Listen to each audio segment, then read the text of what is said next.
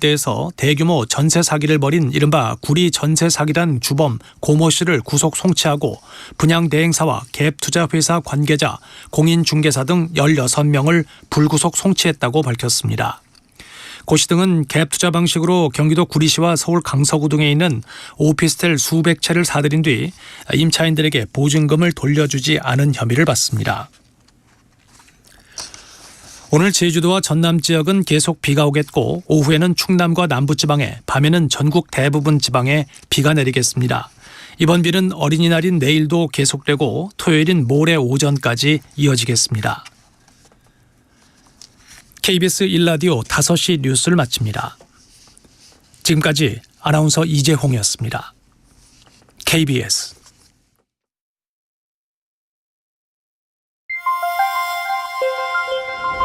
대한민국 중심 채널 KBS 1라디오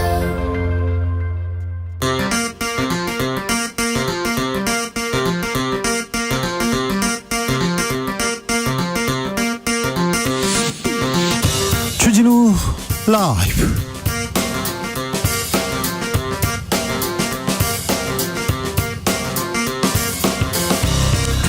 (2023년 5월 4일) 목요일입니다. 안녕하십니까, 주진우입니다. 출범 1년을 향해 가는 윤석열 정부, 기대와 희망 사라졌다는 지적 나왔습니다. 사고 많치는 국민의힘 김기현 리더십 실종됐다는 진단도 나왔습니다. 어떤 비전이 필요할까요? 정치는 어떻게 바뀌어야 할까요? 김기현 후원회장을 지낸 심평 변호사에게 들어보겠습니다. 대통령실 공천 개입 의혹, 녹취록의 당사자 태용호 최고위원은 의혹을 부인했습니다. 하지만 국민의힘에서는 급히 윤리위원회를 열어 징계 절차에 들어갔습니다. 민주당은 윤관석, 이성만 두 의원 선당 후사 강조하면서 자진 탈당했습니다. 그런데 민주당 의원들 사이에서도 이재명은요, 이런 목소리 나옵니다. 김병민, 장경태 두 최고위원과 만나봅니다. 미군 용산기지 일부가 어린이를 위한 정원으로 단장하고 오늘부터 개방됐습니다. 환경단체 오염 정화부터 먼저 해야 된다, 이렇게 주장하고 있는데요. 어떤 점을 우려하는 건지 정규석 녹색연합 사무처장에게 들어보겠습니다. 나비처럼 날아 벌처럼 쏜다. 여기는 주진우 라이브입니다. 오늘도 자중자애, 겸손하고 진정성 있게 여러분과 함께 하겠습니다. 내일은 어린이날, 우리들 세상입니다. 그리고 황금 연휴 시작됩니다. 제주는 비 많이 온답니다. 지금 오늘 저녁부터는 전국적으로 비 소식이 있어요. 그런데 캠핑 간다, 소풍 간다, 어린이날이어서 놀이동산 간다 계획해놨잖아요. 계획을 어떻게 하죠? 그런데 생각해보면요, 여행 가서 고생하고 이렇게 나들이 가서 고생한 거 있잖아요. 사서 고생, 그거 나중에는 그게 훨씬 더 재미있습니다. 아이고, 이번 여행 망했어. 그런데 망한 기억들 새록새록 납니다. 자, 짧고 강렬했던, 힘들어서 좋았던 그런 기억들, 그런 여행의 추억담 보내주십시오. 그러면 저희가 문자 샵 9730, 짧은 문자 50원, 긴 문자는 100원이고요. 콩으로 보내시면 무료입니다. 자, 주진우 라이브에서요, 오늘 3살 됐거든요. 주진우 라이브 3주년 기념해서 특별한 머그컵 여러분들한테 선물 드리겠습니다. 자, 문자 보내시면요, 머그컵 보내드릴게요. 그럼 주진우 라이브 시작하겠습니다.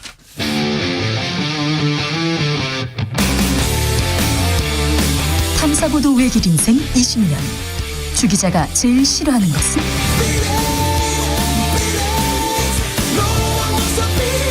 이 세상에서 비리와 부리가 사라지는 그날까지, 오늘도 흔들림 없이 주진우 라이브와 함께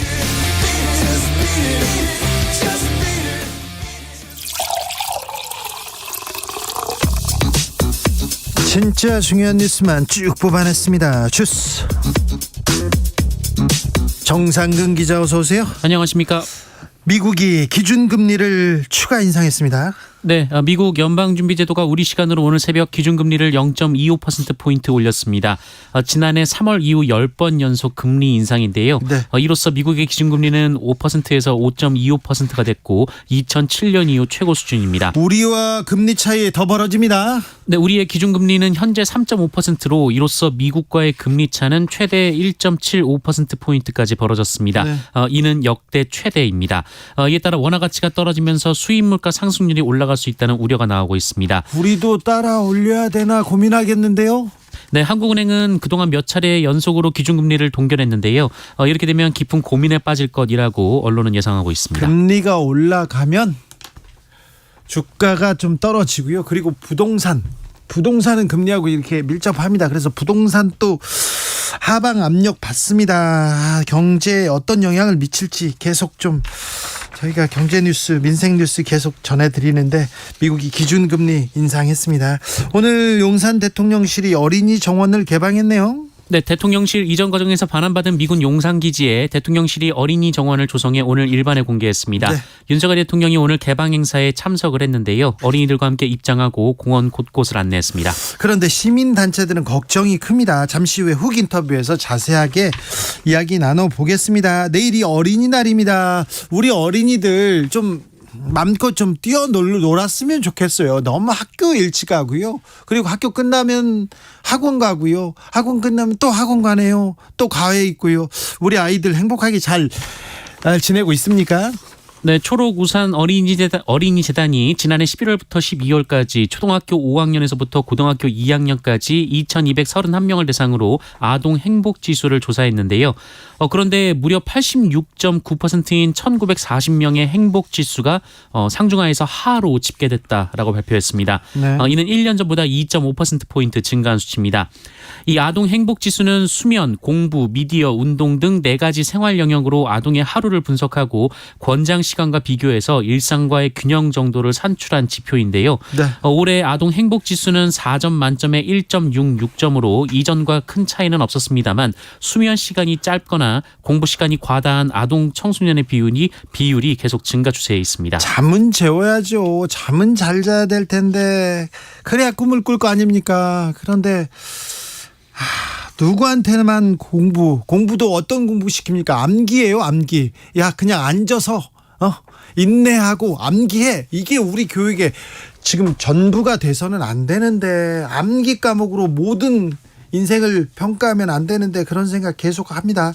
우리 아이들한테 이런 교육 제도를 이렇게 물려줘서 항상 가슴이 아픈데요. 교육에 대한 고민 좀 아이들에 대한 고민 깊게 해야 됩니다. 그렇지 않으면 우리 사회가 항상 불행하다, 나 행복하지 않아 이런 얘기를 아이들부터 하는 그런 세상이에요. 그렇게 무슨 건강한 사회라고 할 수 있겠습니까? 정치권 뉴스 보면 건강하지 않다 이런 생각 계속 드는데 아이들한테 좀 미안하네요. 국민의힘에서는 최고위원 회의를 아예 취소했어요. 네, 국민의힘이 오늘 예정된 최고위원 회의를 취소했습니다. 이 국민의힘 측 관계자는 언론에 김기현 대표의 외부 행사가 있기도 하지만 논란이 되고 있는 최고위원들이 참석하는 최고위를 열기가 부담스러운 상황이라고 밝혔습니다. 태영호 최고위원 어떻게 한답니까? 네, 태영호 최고위원과 관련해서 지금 어제 김기현 대표가 당 윤리위원회에 이 공천 관련 녹취록 논란도 병합 심사해달라라고 요청을 했는데요. 네. 이날 오후 당 중앙윤리위원회가 긴급회의를 소집해서 이 부분에 대한 징계 절차도 시작한다라고 밝혔습니다. 검찰이 강내구 씨에 대한 구속영장 재청구했습니다. 네, 민주당의 2021년 전당대회 돈봉투 의혹을 수사 중인 검찰이 오늘 강내구 전 한국수자원공사 상임감사에 대한 구속영장을 다시 청구했습니다. 지난달 21일 강내구 씨에 대한 첫 번째 구속영장이 기각된 지 13일 만인데요. 검찰은 강내구 씨가 전당대회에서 송영길 전 대표를 당선시킬 목적으로 국회의원 등에게 9,400만 원을 살포한 것으로 보고 있고요. 이 중 8천만 원을 스폰서로 지목된 사업가 김모 씨로부터 조달했다고 봤습니다. 이재명 대표의 측근들은 잇따라 보석 허가를 받고 있습니다. 네, 민주당 이재명 대표의 측근인 김용 전 민주연구원 부원장이 구속 6개월 만에 보석으로 풀려났습니다. 네. 서울중앙지법은 김용 전 부원장의 보석을 허가하면서 법원에 성실히 출석할 것, 증거를 인멸하지 않는 서약서를 쓸 것, 그리고 위치 추적 장치를 부착할 것 등을 조건으로 걸었습니다. 정진상 전 실장도 풀려났죠? 네, 지난달 21일 정진상 전 대표실 정무조정실장이 풀려났는데요. 김용 전 부원장도 같은 조건으로 풀려났습니다. 6개월 만에 보석으로 풀려나는 거는요. 6개월 안에 재판을 받아야 됩니다. 그런데 검찰에서 수사가 이렇게 길어지고 있어요. 진행되고 있어서 6개월 안에 지금 재판을 못 마친 겁니다. 수사도 길어지고 재판도 길어지는데 사실 혐의가 복잡할 경우 이렇게 재판 기간이 길어집니다. 그리고 혐의를 입증하지 못할 경우도 재판이 좀 길어지는 경향이 있습니다. 강남 학원가에서 학생들한테 마약 음료 나눠진 일당들 있지 않습니까? 기소됐습니다. 네, 검찰이 강남 학원가에서 마약 음료를 제조 공급한 보이스피싱 조직원 일당 3명을 재판에 넘겼습니다. 이번에 재판에 넘겨진 사람은 마약 음료를 제조하고 공급한 길모 씨, 그리고 보이스피싱 전화중계기를 관리한 박모 씨인데요. 특히 최고 사형 구형이 가능한 영리 목적 미성년자 마약 투약 혐의도 적용이 됐다고 합니다. 미성년자 관련된 범죄는 중하게 엄하게 이렇게 처벌해야 됩니다. 어린이한테 미성년자한테 이렇게 범죄를 저지르는 거는 처벌 잘해야죠. 판사님들 좀 제발 좀 부탁드리겠습니다. 국방홍보원장 이 자리에 후배를 폭행했던 기자가 내정됐습니까? 네, 국군의 공식 홍보기관 수장인 국방홍보원장의 후배를 폭행한 전력으로 보직 사퇴한 인사가 내정돼 논란이 되고 있습니다. 네. 이 모 방송사 출신의 최모 씨인데요. 이 사람은 지난 2011년 스포츠 취재부장으로 재직하던 당시 골프용품 업체의 홍보성 기사가 방송되는지를 문의한 후배 기자를 폭행해서 보직에서 물러난 바 있습니다. 당시 최 씨는 후배 기자에게 TV 리모컨을 던지고 뺨을 때렸다고 합니다. 이에 기자들이 검증이 제대로 이루어진 것인가에 대해서 질문을 했는데요. 국방부 대변인은 필요한 인사검증 과정을 거쳤다라고 밝혔습니다. 네. 폭행 행사한 기자가 국방홍보원장으로 가는군요. 비정규직 노동자의 절반 이상이 유급 휴일 받지 못하고 있었습니다. 네, 비정규직과 월 150만 원 미만 임금 노동자의 절반은 근로기준법으로 보장된 공휴일 유급 휴가를 제대로 받지 못하고 있다고 시민단체 직장갑질 119와 사무금융 우분투재단이 발표했습니다. 이들은 여론조사 전문기관 엠브레인을 통해 지난 3월 3일부터 10일까지 직장인 1,000명을 대상으로 설문을 벌였고요. 이 같은 결과가 나왔다라고 밝혔습니다. 이 조사 결과 빨간 날 유급으로 쉴 수 있느냐라는 질문에 비정규직 노동자의 51.8%가 그렇지 않다라고 대답했고요. 네. 월 150만 원 미만 임금을 받는 노동자의 49.5%, 5인 미만 사업장 노동자의 47.2%도 같은 답을 했다라고 합니다. 반면 정규직의 경우 82.8%가 공휴일 유급 휴가를 받는다라고 응답을 했고요. 300인 이상 사업장 노동자는 80.5%, 월 500만 원 이상 받는 노동자는 87%가 유급 휴일을 받고 있었습니다. 부자와 가난한 사람, 정규직과 비정규직, 노조원과 비노조원, 이 갈등, 이 양극화 문제 어떻게 할지 더 고민해야 됩니다. 우리 사회의 그 불평등의 전반적인 불평등이 여기에서 심화되고 있다는 것 계속 느낍니다. 가장 가슴 아픈 부분인데 여기에 대한 노력이 좀 부족해요. 많이 부족합니다. 오늘부터 이렇게 절에 들어가시는 분들 있지 않습니까? 입장료를 내지 않습니다. 65개 사찰이 입장료를 받지 않는다고요? 네, 국가지정문화재를 보유하거나 관리하며 방문객으로부터 관람료를 받아온 전국의 65개 사찰이 오늘부터 무료 입장으로 전환했습니다. 국립공원이니 도립공원이니 산에 올라갈 때 이 문화재 관람료 냈거든요. 네, 민간단체가 국가 지정문화재 관람료를 감면하는 경우 그 비용을 정부나 지자체가 지원할 수 있도록 한 개정문화재보호법 시행 때문입니다. 네, 주스 정상근 기자 함께했습니다. 감사합니다. 고맙습니다. 여행을 가서 고생만 했어요. 이번 여행은 망했어요. 이런 쪽 받고 있습니다. 9100님 고등학교 시절에 수학여행 중에요. 급체해서 이틀을 꼬박 숙소에서 누워서 지낸 기억이 나네요. 아이고 고등학교 때 수학여행 갔는데 아이고 어떻게 해요. 저는 고등학교 때 수학여행 갔는데요. 첫날 목이 쉰 거예요. 목이 쉬어가지고 목소리가 안 나오는 거예요. 그래서 이제 지나가면 여고생들이 말 걸잖아요. 어디에서 오셨어요? 그런데 말이 안 나오는 거예요. 참 답답했던. 네. 그래도 대화는 했던 기억이 있습니다. 9369님 어린 시절 어린이날 서울대공원 무료 입장이나 놀러 갔다가요. 사람이 너무 많아서 들어가지도 못하고 버스도 사람이 많아서 과천에서 낙성대역까지 걸어왔던 기억납니다. 이거는 진짜 완전 망이다. 무료 입장 그때 사람이 몰리는데 그거 참 안타깝네. 8068님 놀이공원에 갔다가요 둘째 아이를 잃어버린 기억납니다. 30분 만에 찾았는데요 어찌나 놀랐는지 아직도 어제일 같아요. 휴 그러네요. 네 놀이공원에서 아찔합니다. 3749님 2020년 2월에 코로나 때문에 학교 개학 연기되고 어려웠을 때요 아들이랑 단둘이 제주 여행 갔습니다. 코로나 때문에 걱정 많았는데 봄꽃 보고 마음 위안받았던 기억납니다. 코로나 시대 여행 그렇죠. 좀 특별하죠. 사람도 없고 외국인도 없고요. 조용하고 네 그렇습니다. 9369님 주진우 라이브 3주년 축하드려요. 감사합니다. 얘기하는데 제가 감사하죠. 5230님 주진우 라이브 세 번째 생일인데요. 축하합니다. 머그컵에 커피 믹스 커피 마시면 좋겠어요. 좋죠. 네 알겠습니다. 8008님 주라 3주년 축하합니다. 오래오래 해주라. 주기자의 사회를 바라보는 시선, 사회에 던지는 질문, 생각 등 오래 듣고 싶습니다. 정치자들이 힘을 보탤게요. 흔들리지 않고 쭉 나가주라 얘기하는데 흔들리지 않고 쭉 네 여러분 곁에 있겠습니다. 감사합니다. 주진우 라이브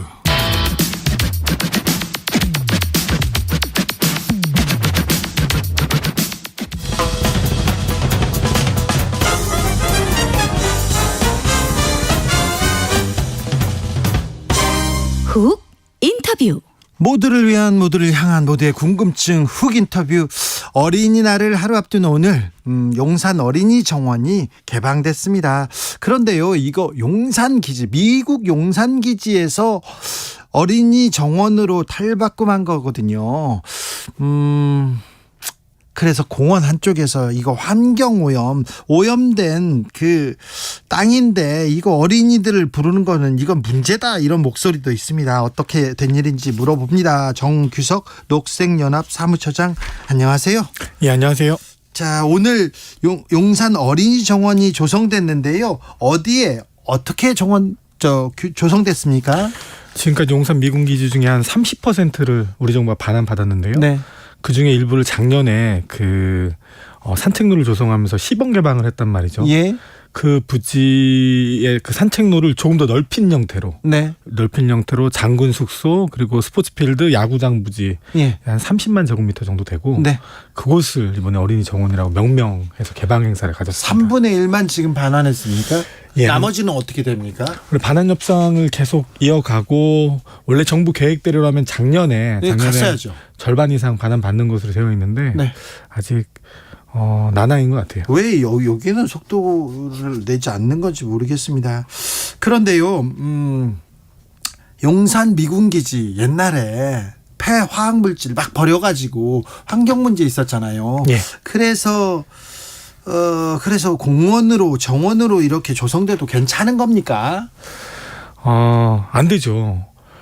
기본적으로 토양환경보전법은 그 용도별로 예. 그 한계 오염치를 규정하고 있거든요. 예. 그래서 공원으로 이용하기에는 오염물질이 30배, 40배, 20배 각각의 오염물질. 예를 들어서 서귀의총 탄화수소 같은 경우는 이번에 어린이 정원으로 개방된 그 스포츠필드 같은 경우는 36배 넘게 검출이 됐던 지역인 지금 거고. 그러면 그 공원이나 놀이터로 지금 만들기에는 좀 위험한 그런 땅에다가 지금 정원을 만들었다. 법으로 만들 수가 없어요. 만들 수 없어요? 예, 법으로 만들 수 없기 때문에 아마도 처장님 잠시만요. 아이들은요 흙에서 뒹굴고요 흙도 막 파먹고 그래요. 네. 거기서 기어다니고요. 네. 그런데 거기다가 그러면 안 되는 땅에다 지금 정원을 만들었다는 겁니까? 대통령 1년 네. 그리고 용산으로 집무실을 옮기면서 첫 번째 공약으로 내세웠던 것 그 약속 때문인 거죠. 약속이요? 윤석열 대통령이 약속이라기보다는 공원 때문에 지금 여기까지 온 거고. 다른 약속은 안 지키시면서 이건 왜 이렇게 급하게 잠시만요. 처장님 지난해에 그런 일이 있었어요. 공원으로 개방하면서 용산 미군기지를 공원으로 조금 개방하면서 산책로를 개방하면서 오염 위험이 있으니까 2시간만 지내라 이런 조건도 있었잖아요. 그 조건도 사실은 말이 안 되죠. 그럼 3시간은 괜찮냐? 그러니까 2시간만 허용한다는 건 그것 자체가 위험시설이라는 건데, 근데 작년에 들이댔던 기준은 그나마 성인 남녀 기준이었어요. 네. 단편적이지만 말도 네. 안 되지만, 근데 이번에는 그런 어떤 근거 없이 아이들을 대상으로 한 어린이 정원으로 개방을 한 겁니다. 아이고, 어린이들 뛰어놀아야 되는데, 흙에서 놀아야 되는데, 이거 걱정입니다. 국토부에서 뭐라고 합니까? 국토부에서는 11개 지점에 대기질 조사를 했고, 네. 그 대기질 조사를 한 결과 여타 다른 지역하고 큰 차이가 없더라 이건데요. 네. 아니, 토양 환경이 그렇죠. 오염된 곳에 대기질하고 무슨 상관이에요? 물론 상관은 있지만 상관은 왜냐하면 땅을 파고 지금 조사를 하고 검사를 했습니까? 그렇지 않죠. 땅 파고 해야죠, 이거. 땅을 파서 조사했던 거는 그 환경부에서 했던 유해성 평가 보고서에 예. 이게 오염도가 심각하다고 결론이 내려졌던 거고. 그래요? 근데 국토부에서는 대기질 조사를 해서 안전하다. 이렇게 이야기를 지금 하고 있는 거죠. 아니, 토양을 해야 되는데 대기질 얘기를 하고 있으면 이거 괜찮은 겁니까? 실제로 녹색연합에서 계속 주장하는 것들이 건강한 예. 기자님처럼 저처럼 건강한 성인 남녀는 저도 그렇게 건강하지는 않습니다. 괜찮을 수 있어요. 근데 개 중에는 기저질환이 있거나 그렇죠. 그리고 아이들 중에서는 몸이 약한 아이들도 있을 수 있고. 그러니까 만에 하나 안전을 위해서 환경 생각해야죠. 그런데 맞습니다. 신체 건강한 남성 위주로 이렇게 판단하면 안 됩니다. 아이들에서 입장에서 봐야죠. 그리고 잘 아시는 것처럼 이런 것들은 백혈병이나 암, 호흡기 질환 이런 걸로 발현이 되는데 당장 나타나지 않아요. 수년간이 지난 다음에 언제 나타날지 모르죠. 역학조사 이거 불가능하고요. 국가가 책임질 수도 없는 노릇인데 지금 이런 녹색연합에서 계속 안전성 우려된다. 여기 미군 기지로 활용할 때 오염됐지 않느냐 이 얘기 계속 했을 거 아니에요. 네, 맞습니다. 근데 왜 이렇게 개방을 서둘렀을까요? 약속 때문이라고요? 대통령을 위한 개방인 거고요. 근데 이게 국토부에서도 난감한 거죠. 왜냐하면 이곳을 안전하다, 국민들에게 안전하다 얘기하는 것처럼 안전하다라고 결론 짓고 보고서를 다 공개할 만큼 안전성을 확보했다면 미군한테 거짓말한 거예요. 왜냐하면 환경부에서 했던 유해성 평가 보고서는 한미 간의 협상을 위해서 만들었던 자료인데 네. 그 자료에는 분명히 아까 모두에 말씀드렸던 것처럼 문제가 있다고 얘기를 했거든요. 예. 근데 지금 우리나라 국민들이 얘기하는 것처럼 안전하다? 그럼 미군한테 거짓말을 했거나 아니면 국민에게 거짓말을 하고 있거나 이게 지금 자가당착에 빠진 거죠. 모순이에요. 오늘 아이들 이렇게 막 뛰고 다니던데 대통령하고 손잡고 아이들 막 가던데 괜찮습니까? 화가 납니다. 화가 나고 그리고 기본적으로 그럼 조사를 하고 안전하다고 한다면 그 근거 자료를 내밀어야 되잖아요. 네. 그런 게 없어요. 줘야죠. 네, 그런 게 없습니다. 이거 어떻게 하죠? 비가 오면 이 흙에 이렇게 오염 물질이 나오거나 용산 미군 기지에 대한 환경 평가는 지금 제대로 했습니까? 유해성 평가 보고서 말고는 안 했고 실제로는 오염 정화를 해야 되는데 이명박 정부 때 만들어진 용산공원 특별법에 의하면 전체 부지를 반환받은 다음에 7년 동안 정화 작업하고 공원을 조성하게 돼 있어요. 예. 이명박 정부 때 만들어진 특별법을 지금 윤석열 정부에 뒤집어서 네. 아무것도 안 하고 그냥 흙 덮고 예. 조금 시설물 갖춘 다음에 공원으로 개방하겠다 하는 겁니다. 흙을 덮은 게 정화 작업은 아닙니까? 아니죠. 아니에요. 물론 직접 노출을 막을 수는 있긴 하지만 네. 정화 작업이라고 말할 수는 없습니다. 자, 말은 똑바로 좀 해야 될 것 같은데 미국이 미군 기지로 쓴다고 해놓고 오염 물질을 막 땅에다 파서 묻거나 아니면 막 버렸어요. 그렇잖아요. 예. 이건 미국 측에 항의해야죠. 미군이 이거 복구하도록 노력해야 될 거 아닙니까? 이게 윤석열 정부가 얘기하는 한미동맹의 연장일 수 있는데 예. 우리 국민들에게 안전하다고 이야기한 땅을 위험하니까 미군 너네들이 환경 정화 비용을 내라라고 말 못하겠죠. 예. 이 협상 자체가 굉장히 수세적으로 흐를 수밖에 없는 거고 네. 지금 굴종적인 외교의 연장이라고 저는 생각을 합니다. 알겠습니다. 예. 자, 이 방송 들으시는 분들 걱정할 것 같은데 좀 당부의 말씀도 좀 부탁드리겠습니다. 이게 당부라기보다는 기자님한테 여쭙고 싶은 게 윤석열 정부를 어떻게 생각하세요? 아니, 제가 지금 KBS 사회자로서 입장을 얘기하기 예. 좀 그렇습니다. 이게 토양 환경정책 기본법에 보면 국가는 오염물질이나 오염원이 발견이 되면 그걸 원천적으로 감소시키는 걸 최우선 목적으로 둬야 돼요. 아니 국민의 안전을 위해서 있는 안전이 거니까 제일 먼저 정부니까요. 해야죠. 용산공원 문제가 저는 윤석열 정부의 어떤 본질이라고 생각을 하고 네. 국민을 위한다 이게 새빨간 거짓말이다라는 증거로서 작용하는 문제다. 그래서 시민들이 이 부분을 정확히 알고 호도되지 않았으면 좋겠다. 네. 국토부와 환경부도 고려했을 거예요. 그리고 국민의 안전, 어린이 안전을 생각했을 텐데 이 부분에 대한 우려가 지금 제기되고 있으니까 어서 좀 해명을 하셔야 될 것 같습니다. 뭐라도 좀 얘기를 하셔야 될 것 같습니다. 저희가 언제든지 시간 드리겠습니다. 안전을 위해서, 국민의 안전을 위해서 좀 법이라도 만들고 뭐 규정을 좀 고쳐야 될 텐데요. 저희가 그래서 녹색연합이 좀 법안을 만들어서 발의를 했어요. 민주당 의원들이 그 토양환경 보전법이나 공해제 특별법 원천적으로 오염 정화를 하고 난 다음에 이용할 수 있도록. 근데 지금 정부에서 그 법안 자체를 굉장히 극렬하게 반대하고 있어서 난망한 상황이고 법적인 차원에서 좀 검토가 필요하다고 생각합니다. 네, 여기까지 듣겠습니다. 정규석 녹색연합 사무처장이었습니다. 고맙습니다. 교통정보센터 다녀오겠습니다. 이승미 씨. 네, 이 시각 교통정보입니다. 휴일 앞두고 평소보다 고속도로 상황이 많이 어렵습니다. 특히 중부고속도로는 양방향 다 교통량이 많은데요. 하남 방향으로 일죽에서 모가 부근까지 12km 구간, 곤지암에서 중부 2터널까지 14km 정체입니다. 남이 방향으로는 충청권 교통량이 많습니다. 진천나들목에서 진천터널까지 정체고요. 오창에서 남이 분기점까지 밀리고 있습니다. 서양고속도로 서울 방향은 서해대교에서 정체고요. 서평택 분기점부터는 화성 휴게소까지 막히고 팔탄 분기점에서 용담터널까지나 일찍에서 금천까지 정체입니다. 평택 시흥고속도로 시흥 방향으로 조암부터 송산 마도까지 밀립니다. KBS 교통정보센터였습니다. 기본적으로 애들은 많이 이용해요. 또 자기 밥도 때워야 되고 학교 끝나면 아마 거의 우르르르 몰려드는 수준이에요. 안녕하세요. 소유진입니다. 학창시절 학교가 끝나면 친구들과 함께 갔던 문방구, 구멍가게, 분식점. 우리들의 어린 시절 추억의 장소는 이런 곳이었는데 요즘 초등학생들은 한결같이 편의점으로 향한다는 사실 알고 계신가요? KBS 1라디오에서는 어린이날 특집 편의점의 아이들을 방송합니다. 제가 나레이션을 맡은 예능 다큐멘터리인데요.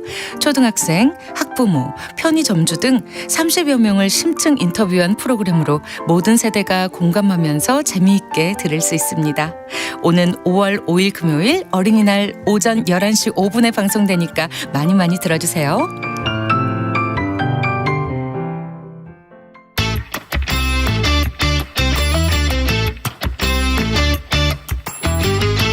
최고와 최고가 만났다. 자존심 강한 두 최고위원들의 대결. 최고의 정치.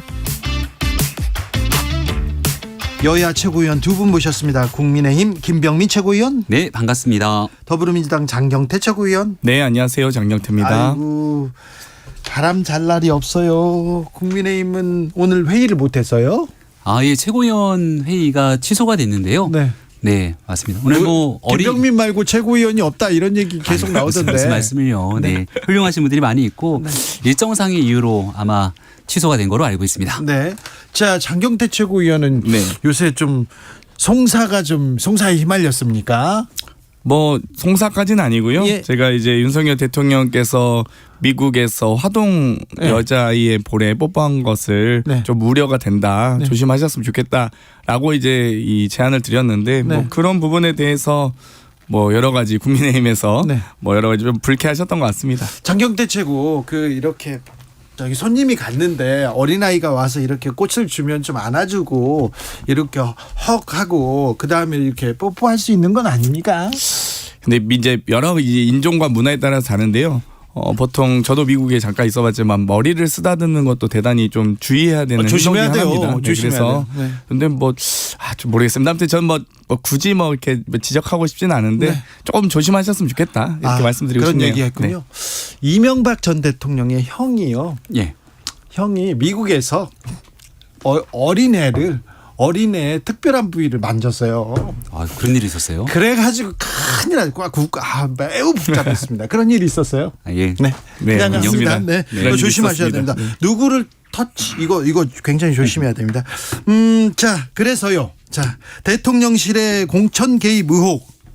태용호 의원 이거 녹취록 이거 사실 무근이다, 가짜 뉴스다, 맞서겠다 이렇게 얘기했는데 녹취록에 나온 얘기는 태용호 최고의 목소리잖아요. 네, 그 본인 스스로도 그런 내용이 아니라고 얘기를 하고 있는 상황이잖아요. 네. 그래서 이제 어제 기자회견했던 내용들에 대해서 좀 아쉽다 이렇게 말씀을 드린 바 있고 네. 당내에서도 기자회견에 대한 아쉽다는 목소리들이 좀 많습니다. 일단 문제가 있고 송구한 상황이면 거기에 대해서 고개를 숙이는 게 우선돼야 되는 게 맞다고 생각을 하고요. 태용호 스스로도 그런 발언들이 아니었다 이렇게 인정하고 있는 만큼 이른바 왜 그런 얘기를 했을까, 보좌진들한테 여전히 그런 일들을 얘기하지 말았어야 되는데 하는 아쉬움이 짙게 남습니다. 네. 자, 민주당에서는요, 돈봉투 의혹을 받던 윤관석, 이성만 의원이 자진 사퇴했습니다. 사실이 아니다, 억울하다, 검찰의 이 정치 공작이다 이렇게 얘기하는 사람 얘기했습니다만 선당후사 하면서 일단 탈당했어요. 네, 이제 두 의원님께서 자진 탈당하시면서 본인들께서 이 무소속인 상태로 결백을 증명하시겠다라고 하셨고요. 일단 이제는 검찰의 시간 아니겠습니까? 이미 이제 녹취록을 어떻게 형태로 녹취록이 나왔는지 모르겠습니다만 여러 이미 이 검찰과 JTBC 아마 방송 기자도 고발당한 상태인데요.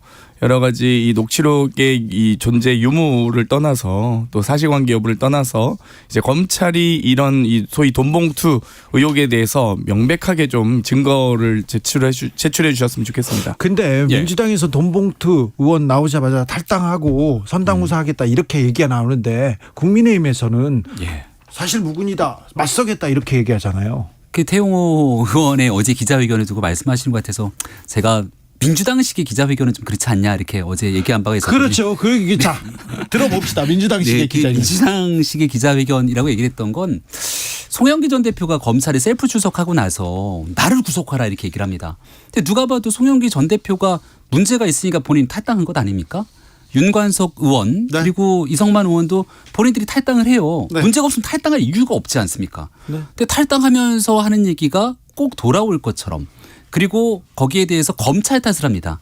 그러니까 사건의 진실과 본질에 대한 문제를 얘기하고 문제가 있으면 반성하는, 그리고 죄송하다는 책임을 져야 되는데 그 얘기는 온데간데 없이 남 탓하고 탈당해버리면 민주당 내에서 탈당하고 나면 윤리심판원 가동도 불가능한 것 아닙니까? 그래서 국민의힘은 제가 태용호 의원 얘기는 좀 아끼고 있는 게 이미 우리 윤리위원회입니다. 윤리위원회 징계 절차가 개시가 돼서 곧 윤리위원회가 결정을 하기 때문에 이제 그들의 판단은 넘어간 거고요. 민주당은 윤리심판원이 지금 개점 휴업 상태로 있는지라 슬그머니 나가버렸다가 시간 지나면 또 언제 그랬다는 듯이 짠하고 민영배우처럼 복당하고 이런 건 국민 눈높이에 안 맞다. 민주당식이라 장경태 최고. 저는 민주당식이 아니라 김건희식 기자회견이었다 보는데요. 김건희 여사께서 2년 전에 어땠습니까? 이 허위 학력, 허위 경력, 허위 수상 이력에 대해서 어떻게 하냐 했더니 주어 목적어 다 빼고 또 딴소리로 일관하지 않았습니까? 근데 지금 태용호 최고위원 보면은 악의성 보도와 억측, 가짜 뉴스다. 본인 목소리가 가짜입니까? 그리고 이 본인 태용호 죽이기에 나서겠다라고 했는데 그리고 이 분연하게 맞서 싸우겠다 했는데 누구한테 한 말이죠? 김기현 대표에게 한 말인가요? 아니면 언론을 상대로 한 말인가요? 아니면 그런 대화를 나눈 것으로 보여지는 의혹이 있는 이진복 정무수석과 맞서 싸우겠다는 거지. 그러니까 태용호 최고위원이 저는 그 기자회견 저도 보면서 정말 죄송한데 누구랑 맞서 싸우겠다는 거죠? 네, 그래서 태용호 최고위원 문제가 기자회견에 납득이 좀 어렵다고 얘기를 해서, 근데 묻는 얘기는 태용호 최고위원 비판하셔도 좋은데 그래서 민주당의 현재 상황들이 얘기하고 있는 거거든요. 거기에 대한 답을 좀 해줬으면 좋겠습니다. 일단은 송영길 전 당대표, 이성만, 윤관석 의원님 다 탈당하셨잖아요. 국민의힘은 윤리로 넘기실 게 아니라 최소한 저희는 이런 일이 있고 나서 이재명 대표가 빠르게 사과하시고 여러 가지 조치를 했는데 지금 김재현 최고위원, 김기현 대표가 사과라도 했습니까? 이 5.18 헌법정신 수록에 대해서 여러 5.18 정신에 대해서 상처받으신 분들에게 대표가 직접 사과 안 하시잖아요. 그리고 김재현 최고위원 슬그머니 최고위원에 나오시고 태용호 최고위원은 4.3 사건이 북한의 지령에 의해서 한 겁니까? 그리고 김구 선생님께서 김일성에게 이용당한 겁니까? 그러니까 이런 발언들은 제가 김구 선생님 정도까지 나왔으면 5.18 4.3까지 나왔으면 당대표가 직접 사과하셔야 된다. 그리고 윤리위 가동할 때가 아닙니다. 지금 이 최소한 김재현 태영호 최고위원은 정말 이 국민적인 공분을 사고 있는 분들 아니겠습니까? 네. 자, 그러면은 이제 발언에 관한 문제 때문에 계속 국민의힘의 얘기만 하시는데요. 세간에서 민주당을 바라봤을 때 잦은 탈당으로 꼬리 자르기 하는 것 아니냐는 비판들이 상당합니다. 발언에 관한 얘기를 해주셨으니까 그럼 하나 물어볼게요. 발언에 관한 얘기 때문에 6개월 당원권 정지라는 중징계를 받았던 최강욱 의원이라는 사람이 있습니다. 근데 1심에서 중징계 받았는데 2심에 재심 청구하고 그리고 소식이 없어요. 강간부소식. 발언에 대한 얘기를 했으니까 이분이 했던 발언이 얼마나 심했으면 1심에서 6개월 당원권 정지 내렸겠습니까? 근데 왜 윤리심판원이 개점지옥 상태로 그 다음 행동이 없는지를 설명을 좀 해주시면 좋겠습니다. 발언하면 또 이 그러니까 이제 저는 발언으로 이 중징계 내린 선례를 보려면 각 당의 상황이 좀 다르잖아요. 근데 묻는 말에 답변을 좀 해주셔야죠. 국민의힘의 윤리위원회에서는 이준석 대표를 양두구육이란 그 네 글자로 1년 당원권 정지하신 정당이잖아요. 네. 두 분의 드립을 좀 상당합니다. 그러면요 좀 정리하고 넘어갈게요. 그러면 근데 네. 국민의힘에서 장경태 최고 징계한 국회 윤리위원회 이렇게 냈잖아요. 네. 또 이런 문제로 또 윤리위원회까지 갈까 그런 생각도 해봅니다. 그런데 예. 태영호 최고위원 윤리위에 즉시 이렇게 회부했잖아요. 어떻게 됩니까 이제? 김재원 최고위원, 태영호 최고위원 이제 윤리위 징계 절차가 개시가 됐고요. 예. 윤리위원회는 독자적인 판단 기구입니다. 그래서 이제 뭐 말씀 주셨던 국민의힘의 윤리적 기준들은 눈높이를 한껏 높여서 나름대로의 결정을 했던 선례가 있거든요. 민주당의 개점지역 상태와는 달리. 그래서 이제 곧 아마 빠르게 여기에 대한 가타부타 결정이 내려질 거라 보고 민주당도 좀 남의 얘기하듯이 이야기를 하지 않았으면 좋겠고요. 왜냐하면 돈봉투 사건이 워낙이나. 내가 물어볼게요. 오케이. 그럴까요? 네. 그다음 물어보시죠. 문제예요. 네. 자, 장경태 최고. 자, 민주당에서 개혁, 혁신해야 된다. 이런 데서 또 주도적 역할을 하고 있으니까 물어봅니다. 돈봉투 사건이 이렇게 터졌어요. 이 큰 파도, 이 큰 사건을 어떻게 해야 된다. 쇄신의 기회로 삼아야 된다. 이거 잘못한 것이다. 이거 확실히 도려내고 앞으로 나가야 되는 그런 얘기가 좀 나올 거 아닙니까? 일단 어찌한답니까? 현재 이 돈봉투는 이제 언론에서 보도한 녹취록 예. 관련된 내용밖에 없어서 50만 원씩 뭐 20명에게 줬다. 이게 이제 어쨌든 언론의 주장인 거고, 언론에 보도된 내용인 거고요. 300만 원 제가 아니에요? 보기에는 근데 그거는 이 카더라기 때문에 이제 300만 원은 뭐 전혀 인원이나 대상이 직접적으로 나온 게 없기 때문에 제가 언급은 안 하는 거고요. 그러니까 여러 가지 이 음성을 가지고 저희는 탈당하신 겁니다. 근데 이제 김재현 최고위원은 영상까지 전광훈 목사와 함께 딱 나오셨잖아요. 그러니까 이건 이제 한가하게 윤리위 하실 때는 아니다는 말씀 드리고 싶고, 저희도 어찌되었건 지금 이성만 윤관석 의원도 사실관계가 제대로 밝혀진 건 없습니다. 지금 이제 언론에서 언급됐다는 것만으로 육성이 좀 나왔다는 것만으로 지금 탈당을 하신 거기 때문에 이 사실관계는 저희는 이미 이제 대표께서 말씀하신 대로 이 검찰이 철저하게 수사하셔서 뭐 송영길 대표를 포함한 다 지금 압수수색하고 다 하시고 계시잖아요. 네. 네, 밝히시길 바랍니다. 사안마다 다르기 때문에 이 문제는 뭐 국민의힘과 민주당이 이렇게 목소리를 낼 것 같은데 사안이 같은 사안이 있었어요. 네. 비례대표 중에 재산 신고를 제대로 하지 않은 의원이 둘이 있었습니다. 민주당은 김홍걸 의원이었고요. 국민의힘은 조수진 의원이었습니다. 민주당은 그 문제가 나오자마자 탈당해가지고 아직도 복당을 못하고 있는 상태였는데 국민의힘에서는 뭐 묻지 않고요. 바로 최고위원 시켰잖아요. 최고위원 지금 시킨 게 아니라 당원의 선택에 따라 조수진 의원 같은 경우 저희는 거죠. 이제 김홍걸 의원 같은 경우는 이제 김대중 대통령의 사저나 여러 가지 재산관계를 정리를 명확하게 못한 부분이 있었어요. 뭐 자녀간의 여러 송사도 좀 있었고, 그런데 그런 부분 때문에 이제 재산규가 좀 부족한 부분이 있었다면 이 조수진 의원은 자기 예금과 채권을 뭐 거의 CD인가요? 그 11억을 누락한 거잖아요. 아니 어떻게 자기 재산을 11억을 까먹을 수가 있죠? 저는 깜빡하기에는 11억은 정말 저희 지금 액수가 좀 얘기가, 그렇게 많아요. 얘기가 조금 멀리 간 것 같은데요. 네. 어쨌거나 공직선거법에 따라서 허위 신고를 하게 되면 여기에 따라 기소가 되고 재판에 받게 네, 되지 재판 않습니까? 받았어요. 6개월 동안 공소시효가 있고 그 내용에 따라서 문제가 없게 된다면 우리 장경태 의원이 앞서 얘기했던 것처럼 검찰의 수사 결과 재판을 지켜보자는 게 민주당이 늘상 하고 있는 얘기 아닙니까? 과거 꽤 지난 얘기까지 끌어다가 이 상황에 얘기하는 건 저는 맞지는 않다고 생각하고요. 참고로 윤관석 의원 같은 경우는 단순하게 수사를 지켜볼 정도의 상황이 아니라 그 녹취를 들어봤던 국민들께서 야 어떻게 이런 얘기들을 하게 되지까지 판단하게 됩니다. 목소리 이게 굉장히 파괴력이 있어요. 그래서 박지원 전 국정원장은 이런 얘기도 했어요. 돈봉투 이렇게 줬다는 의원들 말고 받았다는 의원들 10여 명이 지금 거론된다. 이 사람들도 정리해야 된다. 이런 얘기 나왔는데 장경태 최고. 네, 이 찌라시가 버전이 너무 많아서요. 네. 여러 가지 버전이 있는데 사실 심지어 저도 찌라시에 이렇게 올라간 명단이 있더라고요. 근데 저는 송영길 후보를 지지하지 않았는데 불구하고 저는 너무 생뚱맞아서 지지하지 않아서 30만 원 준 거 아닙니까? 그럴까요? 저는 뭐 전혀 그럴 일이 없기 때문에 심지어 또 김용민 의원 같은 경우는 당시 최고위원 후보인데 네. 그래서 또 심지어 다른 후보를 지지하고 있는데 너무 이 찌라시가 너무 무분별하게 퍼져서 저희가 경찰에 고발한 상황입니다. 그런데 사실은 민주당에서 사실관계 파악을 먼저 하고 좀 대응을 해야 될 것 같아요. 언제까지 기다리고 있겠어요? 저희가 이제 정식으로 이 어떤 조사기구를 띄우거나 이러진 않았지만 네. 이 기존에 있는 당 기구에서 네.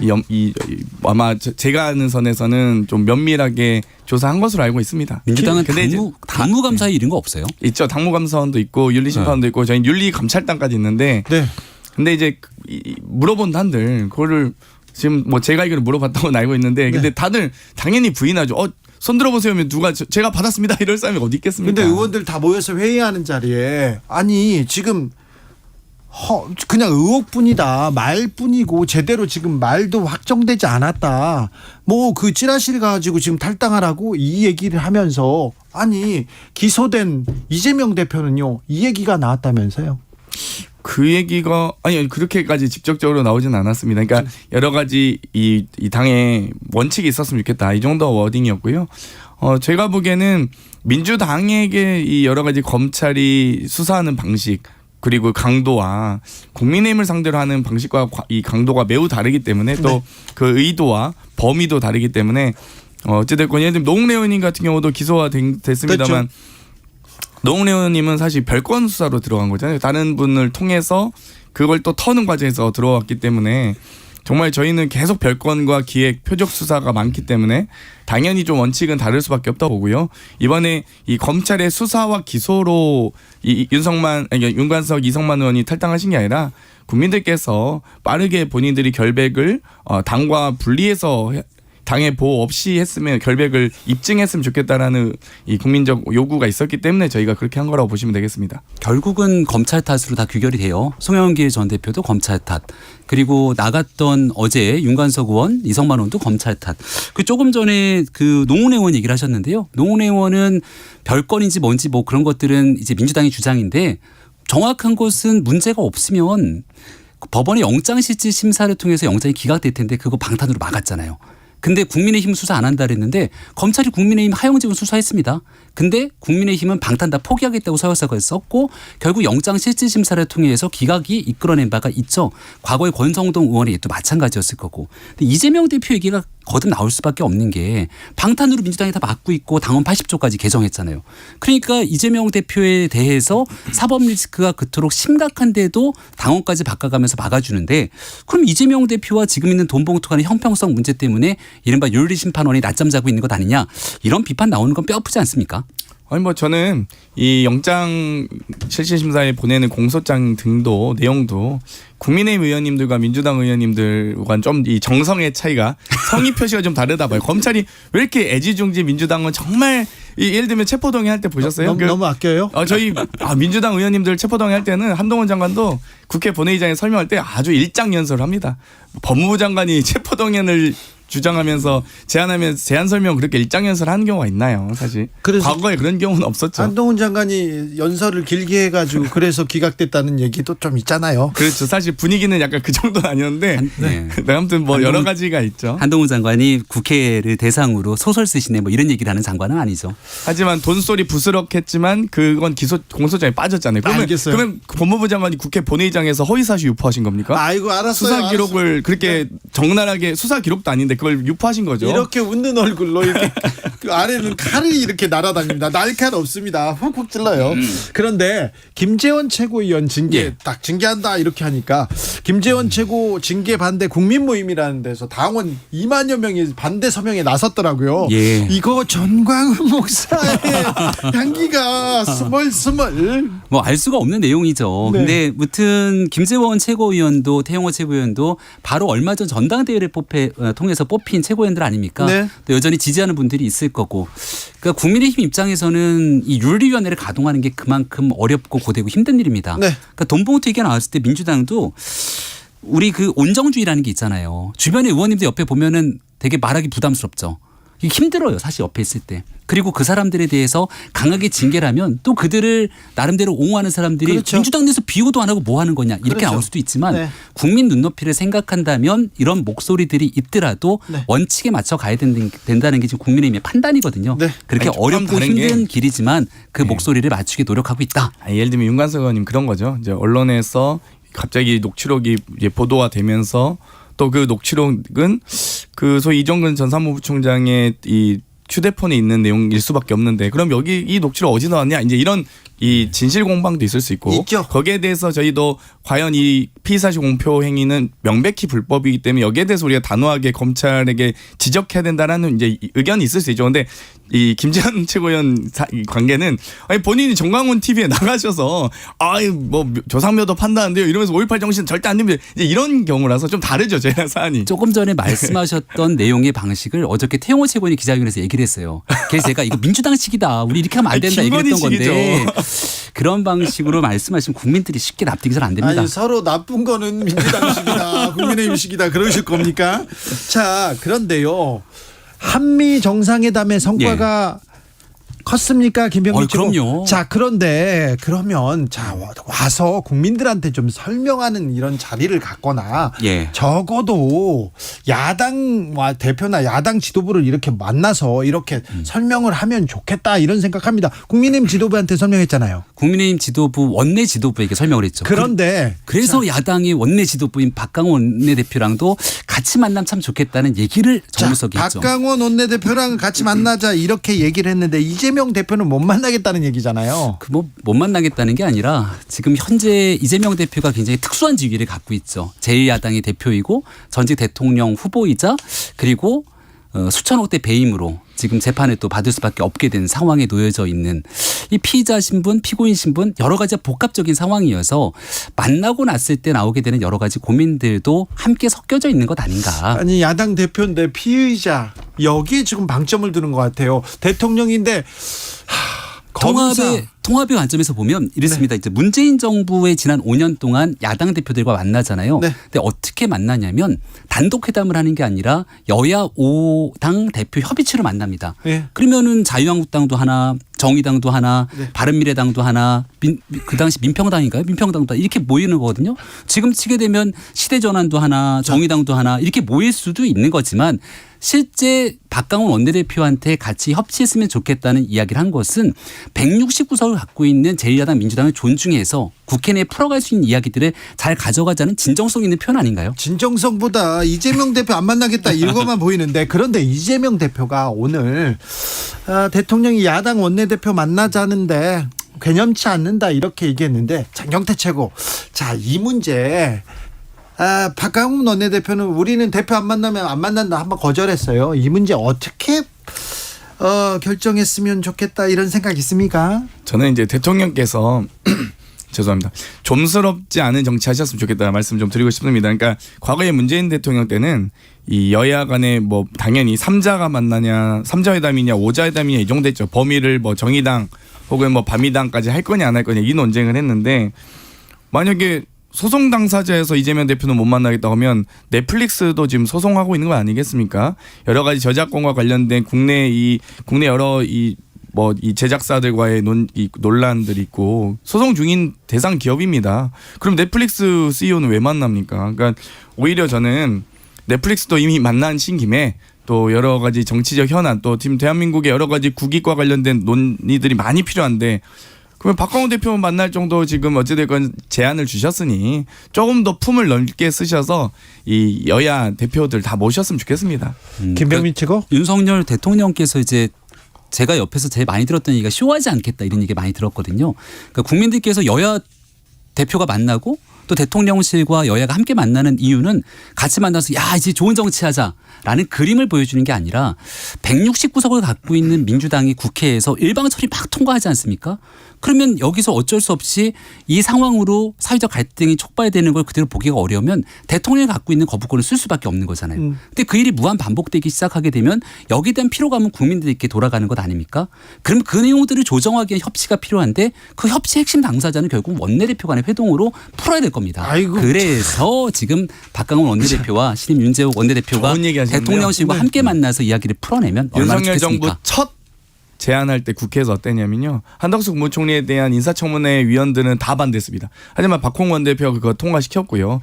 또 지방선거 전에 2차 추경 2022년도 2차 추경할 때 저희 국회에서 당연히 민주당에서는 불리하죠. 하지만 국민들께 재난지원금 가는 거 필요하다. 600만 원, 700만 원씩 윤석열 대통령 쌈짓돈 나간 겁니까? 국회에서 2차 추경해서 준 거죠. 저희가 통과시킨 겁니다. 민주당이 어쨌든 다수의석으로 같이 협조한 거잖아요. 협치란 건 그런 겁니다. 물론 검수한박 했습니다. 근데 정부조직법은요? 특사기소 분리했고 정부조직법도 국가보훈부 승격됐잖아요. 그러니까 이런 것들이 협치죠. 근데 지금 어떤 식으로 하냐면 박진 외교부 장관 해임 맞았을 때 해임 건의안 거부했습니다. 박근혜 대통령도 해임 건의안 거부 안 해요.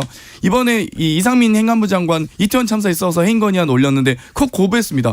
양국관리법 거부권까지 하시니까 협치가 있을 수 있겠습니까? 김병민 최고. 예. 한일 정상회담 앞두고 있는데요. 사실 한일 정상회담 일본에서 있을 때 대통령이 다녀오셨잖아요. 예. 자, 우리는 딜하지 않는다. 대승적으로 준다. 근데 너무 많이 주셨어요. 그리고 국민의 자존심까지 좀 상했어요. 이번에는 좀 우리 국민들을 좀 마음 아프게 했던 건 일본이 그만큼 성의 있는 조치들을 잘 안 했잖아요. 일본 내에 있는 극우적인 정치인들과 일부 언론이 여기에 생채기는 내는 일들을 했었죠. 예.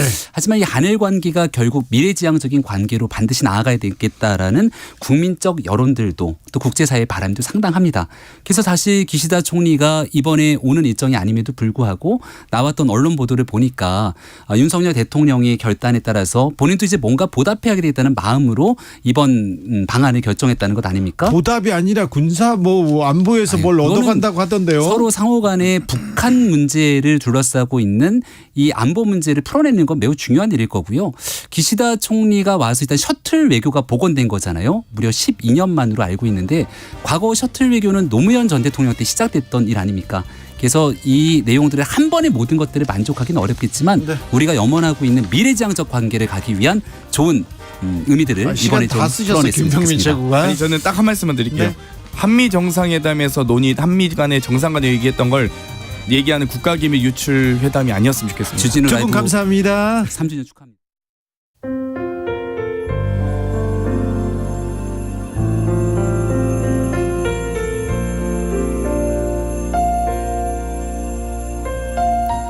KBS 라디오 연중기획 희망충전 대한민국 532번째 이야기. 안녕하세요. 아나운서 이현주입니다. 9평 컨테이너 집에는 10살 지웅이와 남동생 그리고 이모가 함께 살고 있습니다. 친척집을 전전 후 홀로 사는 이모 손에 맡겨진 형제. 이모는 희귀 난치성 질환인 버거시병을 앓고 있습니다.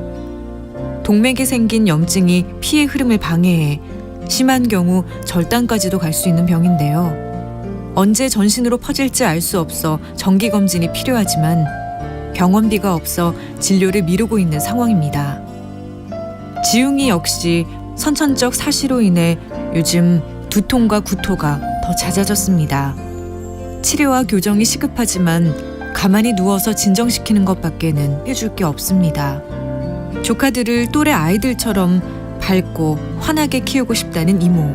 그리고 이모가 건강하길 바라는 조카들.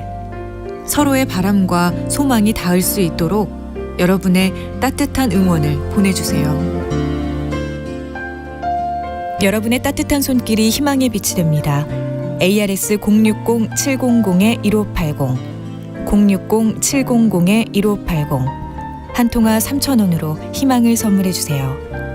KBS 라디오 연중기획 희망충전 대한민국은 초록우산 어린이재단, 인탑스 주식회사 그리고 청취자 여러분과 함께합니다. ARS 060-700-1580 한 통화 3,000원입니다.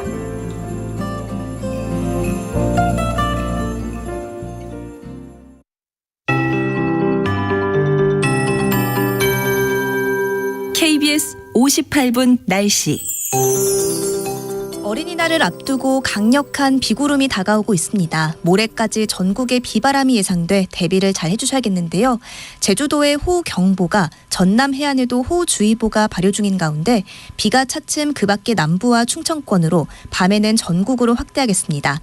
호우특보는 내일 새벽부터 아침 사이 부산, 경남 지역으로 확대하겠고요. 중부와 전라권도 내일 오후부터 빗줄기가 강해지며 인천과 경기 동부에 특보가 내려지겠습니다. 모레까지 가장 많은 비가 집중되는 지역은 남해안과 지리산 부근 또 제주도인데요. 예상 강수량이 50에서 150, 제주 산지는 400mm가 넘게 쏟아지겠습니다.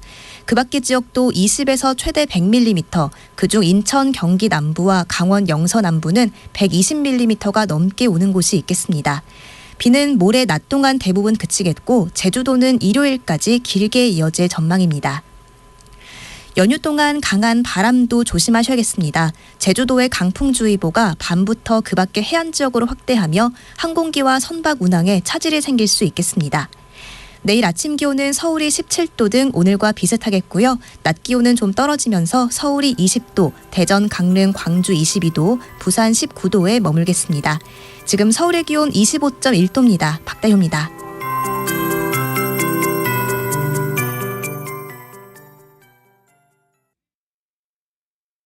정성을 다하는 국민의 방송 KBS가 6시를 알려드립니다. AM 711kHz, FM 97.3MHz, KBS 1라디오입니다. HLKA.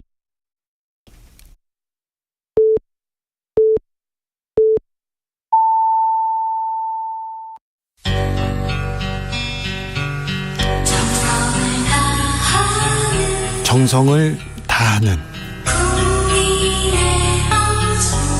국민의 방송 KBS 주진우 라이브. 그냥 그렇다고요. 이 시각 라디오 정보센터 뉴스입니다.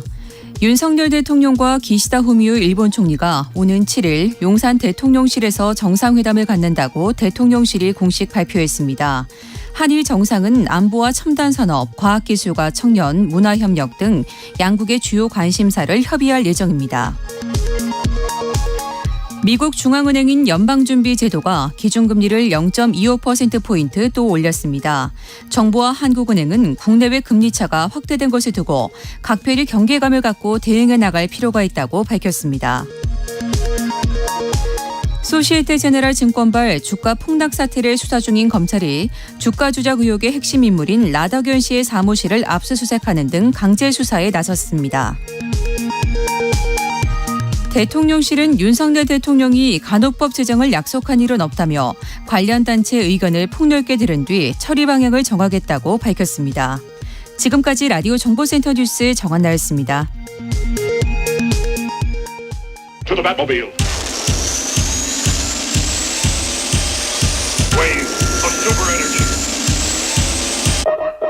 주 기자의 1분.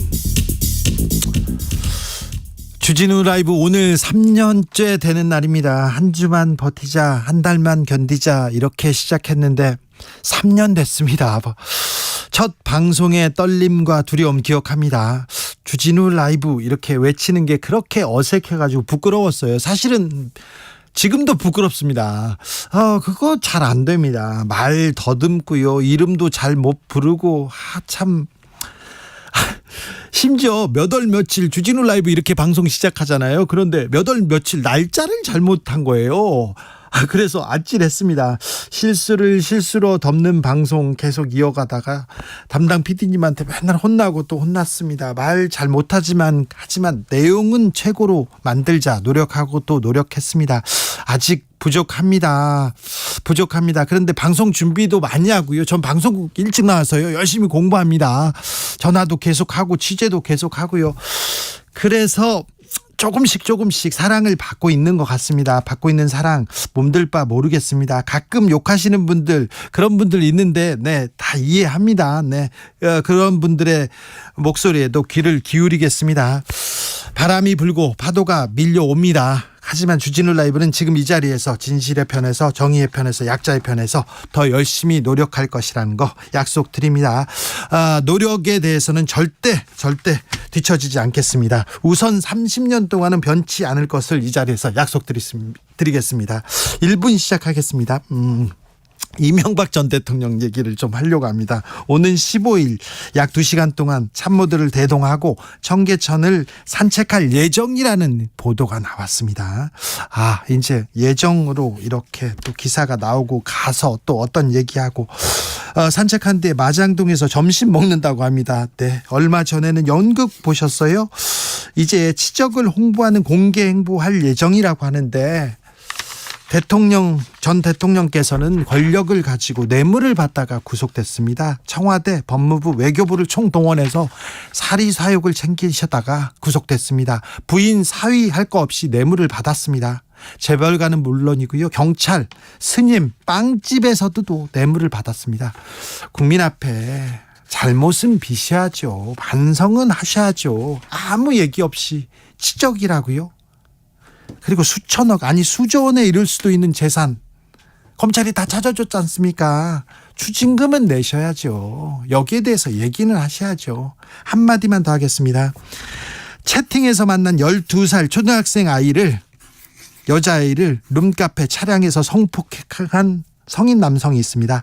창원지법 진주지원 박성만 판사님, 성인이 아직 신체적 정신적으로 미성숙해 있는 성의 인식이 없는 가치관이 확립되지 않은 13세 미만 아동을 상대로 한 범죄 행위여서 죄책이 매우 무겁고 비난 가능성이 크다. 하지만 범행을 인정하고 반성하고 있다면서 집행유예형 선고하셨습니다. 집으로 돌려보냈습니다. 자비로우신 박성만 판사님의 사랑이 사회에 널리 퍼질까 매우 걱정됩니다. 미성년자를 상대로 한 성범죄 중에 구속되는 건 10건 중 3건에 불과합니다. 어린이날 앞두고 어린이로서 참 미안합니다. 주기자의 1분이었습니다.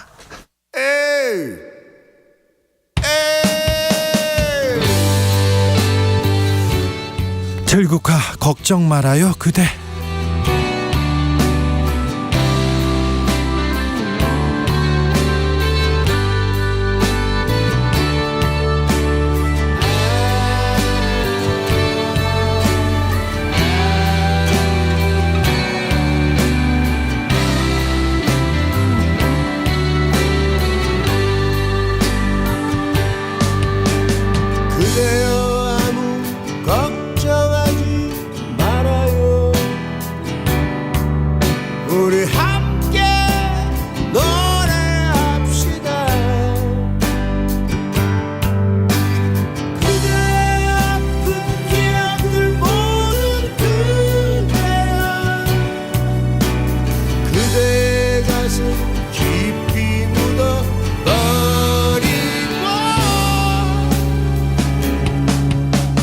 지나간 것은 지나간 대로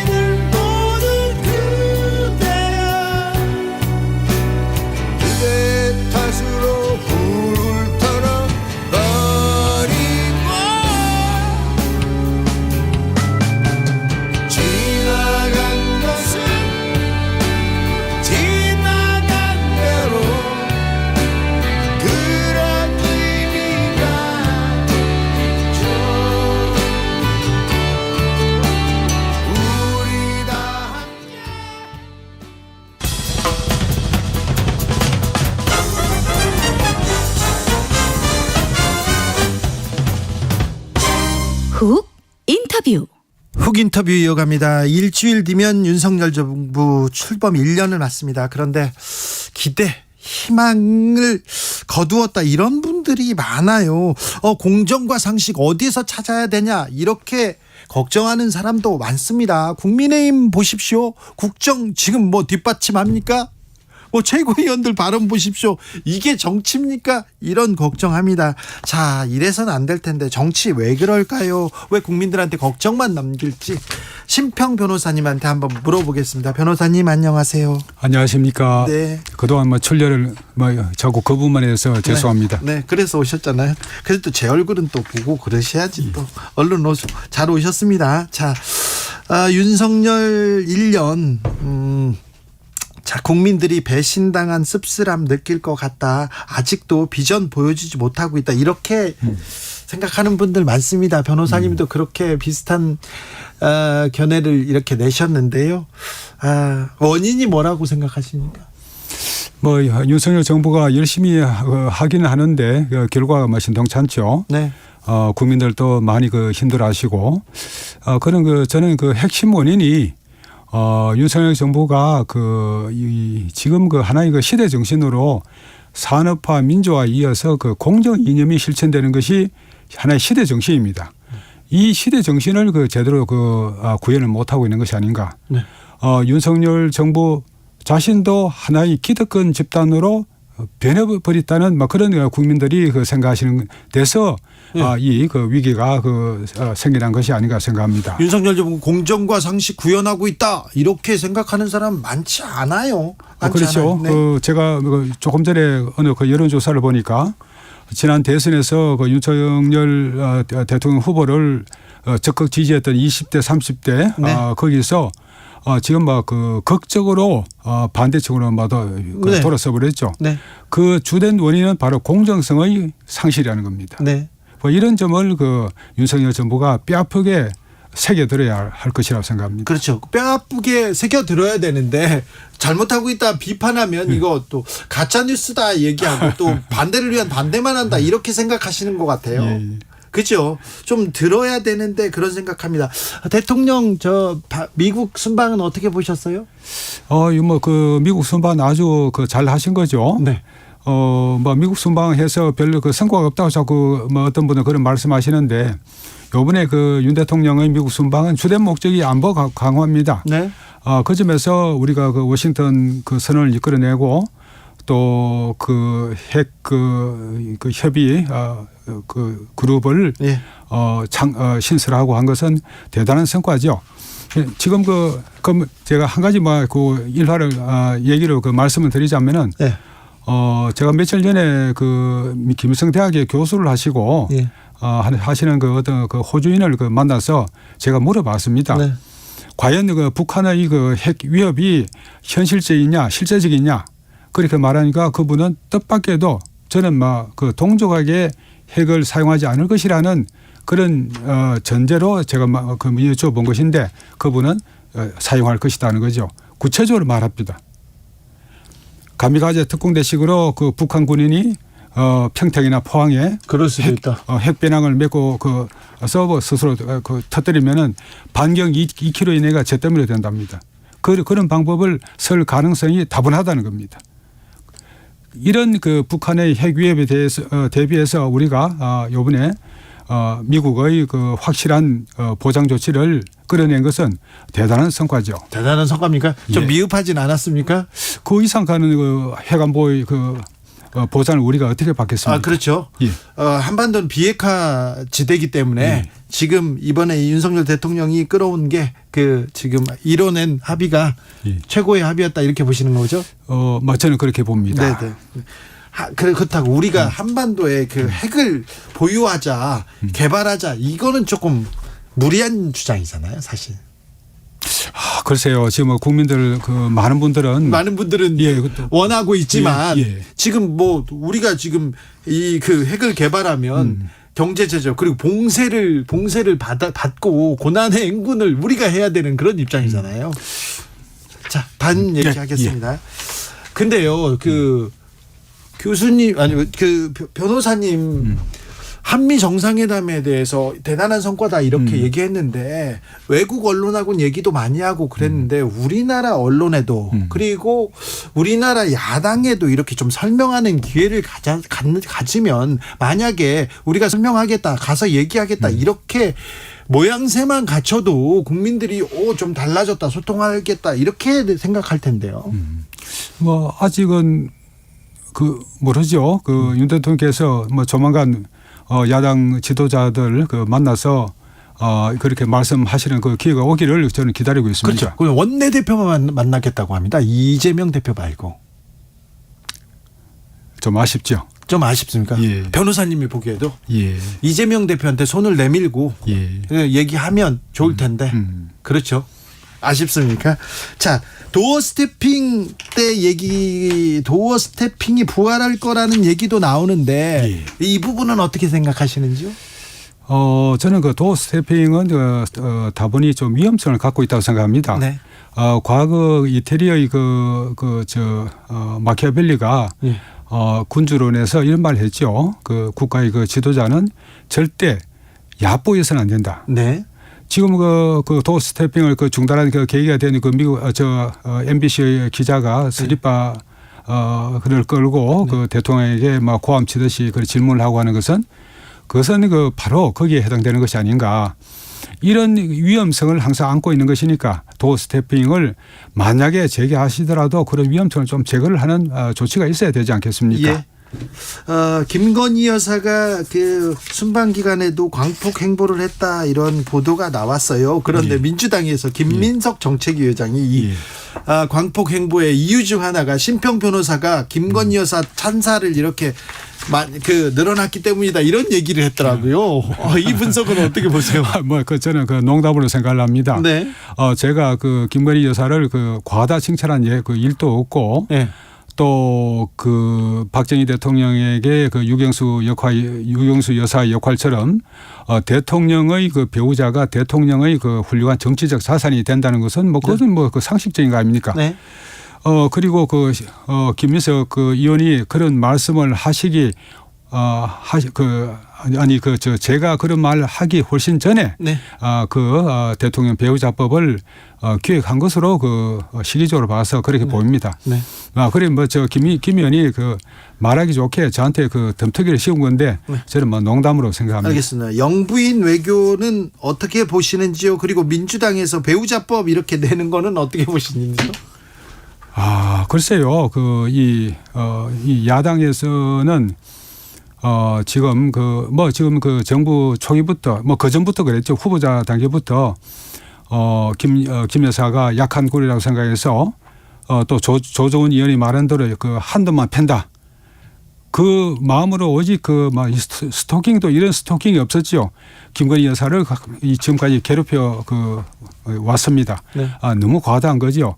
왜 대통령 배우자 법을 지금까지 없이도 잘 지내왔는데 김건희 여사의 발목을 잡기 위해서 그런 법을 만든다고 하면은 너무 지나친 처사가 아닌가 생각합니다. 네. 아니 김건희 여사는 의혹이 많은데 의혹을 수사하지도 않고 해명하지도 않고 지금 외교를 하니까 이런 질문하는 거 아니냐 이런 글쎄요. 김건희 여사가 무슨 의혹이 그렇게 많습니까?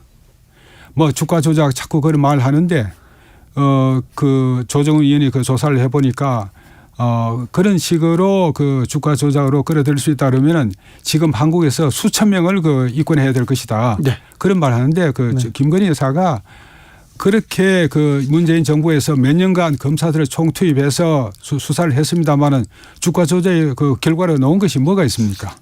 자. 알겠습니다. 조정훈 의원의 이렇게 분석을 가지고 변호사님이 그렇게 하시면 좀 걱정이 된다. 제 생각입니다. 조 의원하고 저하고 친합니다. 네, 알겠는데, 네, 잘 알겠습니다. 그런데 국민의힘이요. 국민의힘은 왜 이래요? 최고위원들 뭐 하고 있는지 모르겠어요. 태영호 최고위원 논란 어떻게 보십니까? 그게 만약 사실이라 그러면은 심각한 문제죠. 예. 그러나 태영호 의원은 그런 일은 없었다. 이진복 정무수석하고 그런 일은 없었다고 하니까 모르겠습니다. 좀 더 기다려봐야 될 것 같죠. 네. 그렇습니까? 아니 근데 본인의 목소리잖아요. 목소리가 나왔는데 아이 과장해서 얘기한 거다. 이렇게 또 뭐 끝났다 이렇게 얘기하기는 좀 그렇잖아요. 아, 그렇죠. 네. 뭐 그냥 여하튼 테이프 안에 이진복 수석의 말이 녹음된 건 아니지 않습니까? 네. 자, 국민의힘은 지금 윤석열 대통령 1년입니다. 그리고 김기현 대표가 지금 당권을 잡은 지도 지금 2달 이제 3달 돼가 하는데 더 혼란스러워요. 가면 갈수록 혼란이 더 커지고 있는데 이걸 어떻게 봐야 됩니까? 지금 저는 윤석열 정부나 국힘당이나 공통적으로 상상력의 빈곤 현상을 겪는 것 같아요. 네. 좀 더 대담하게 시대 정신을 실천하고 또 국민들 마음을 좀 흡족하게 하는 그런 정책들을 왜 시행을 하지 않는지 저는 이유를 잘 모르겠습니다. 시대 정신도 정책들도 보이지 않습니다. 그렇죠. 예. 그래 그런 것을 빨리 눈을 돌려서 그런 정책들을 발굴하고 시행하고 해야죠. 네. 그러면은 이 김기현 당대표의 리더십이 다시 살아납니다. 그렇죠. 그래야죠.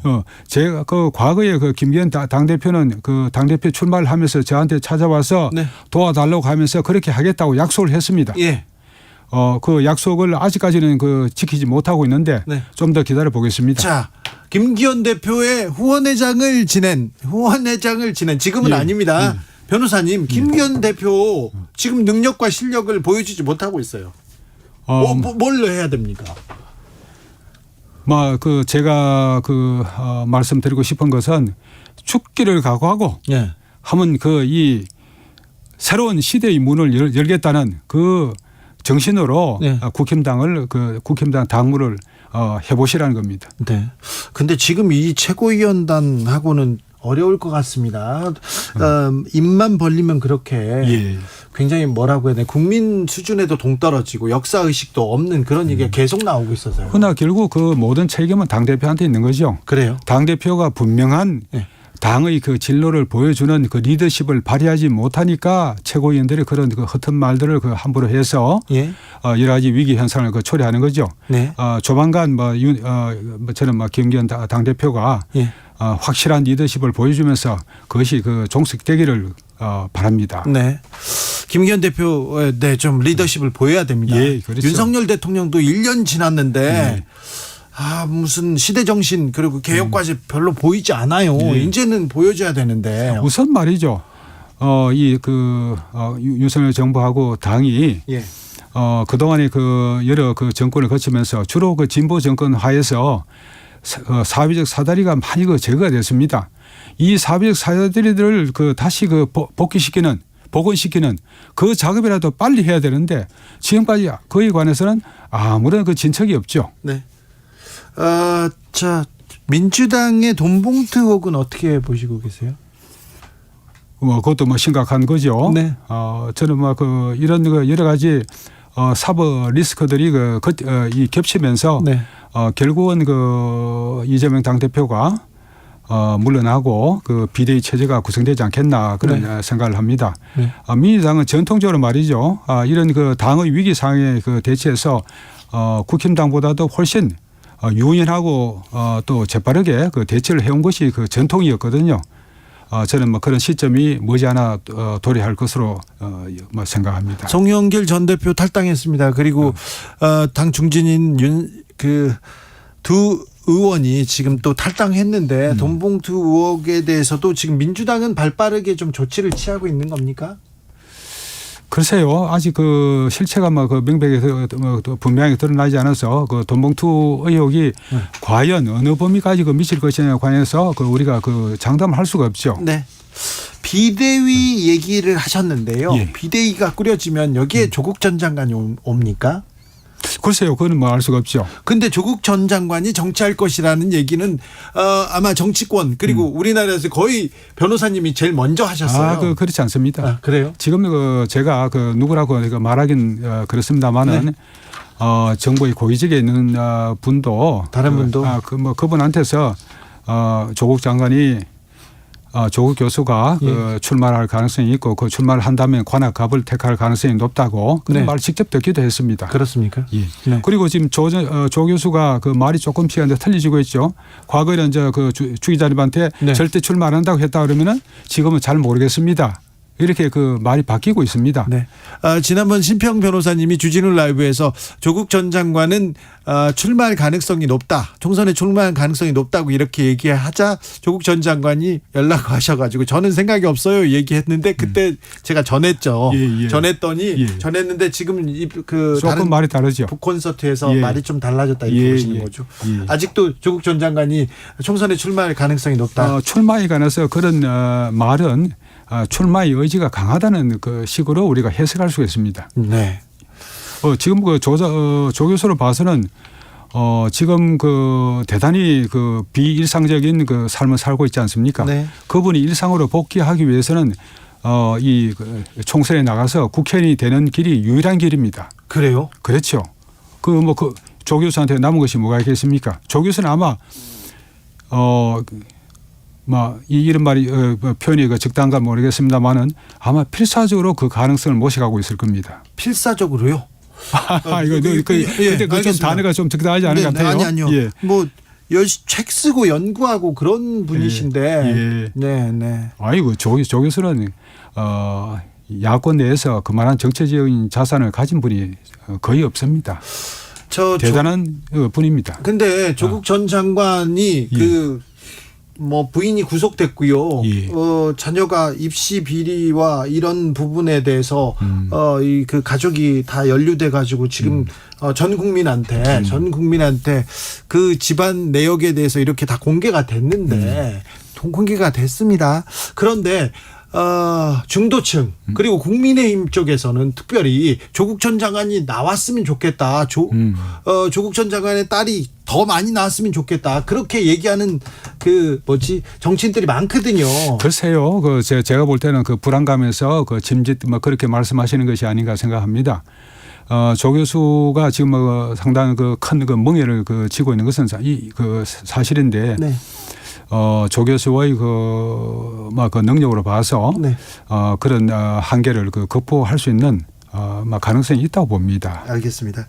자, 정치가 좀 실종된 것 같습니다. 그렇죠. 왜 정치가 왜 국민들한테 이렇게 괴로움을 주는지, 고통만 주는지, 희망은 안 주는지 모르겠어요. 어디부터 바꿔야 될까요? 그런데 말이죠. 저는 최근에 정재하 작가가 쓴 발치산의 딸이라는 소설을 읽으면서 우리 사회에 지금 팽배해 있는 이 진보와 보수의 대립이 어쩌면은 과거 발치산 세대까지 거슬러 올라가는 것이 아닌가. 이게 생각보다는 제가 생각하는 것보다는 훨씬 뿌리가 깊고 견고한 그런 문제가 아닌가. 이것을 과연 어떻게 풀어나가야 될 것인가. 저는 여러 가지로 한번 깊이 생각해봐야 할 과제가 아닌가 생각합니다. 그런 고민하셨군요 최근에. 정지하 작가의 발치산의 딸을 한번 읽어봤습니까? 문재인 전 대통령 최근에 읽고요. 그 얘기를 하셨어요. 근데 고민의 지점이 좀 비슷하신 그래요? 문재인 대통령은 정지하 작가를 일방적으로 응원하는 입장 아닙니까? 아니 그렇지는 않죠. 책을 읽고 이렇게 누구 평하겠죠. 느끼겠죠. 일방적으로 응원한다. 그건까지는 잘 모르겠습니다. 알겠습니다. 네. 변호사님 말씀 잘 들었습니다. 변호사님께서 대선 때보다 20대 30대 민심 많이 돌아섰다 이렇게 언급하셨는데요. 한국갤럽에서 21대 총선 직전인 2020년 1월부터 4월까지 2023년 4월까지 매주 조사한 자료 보면요. 2030 무당층 늘었습니다. 20대에서는 27%에서 57%로 2배 이상 늘었고요. 30대에서도 24%에서 35%로 증가했습니다. 자세한 사항 중앙선거 여론조사심의위원회 홈페이지 참조하시면 됩니다.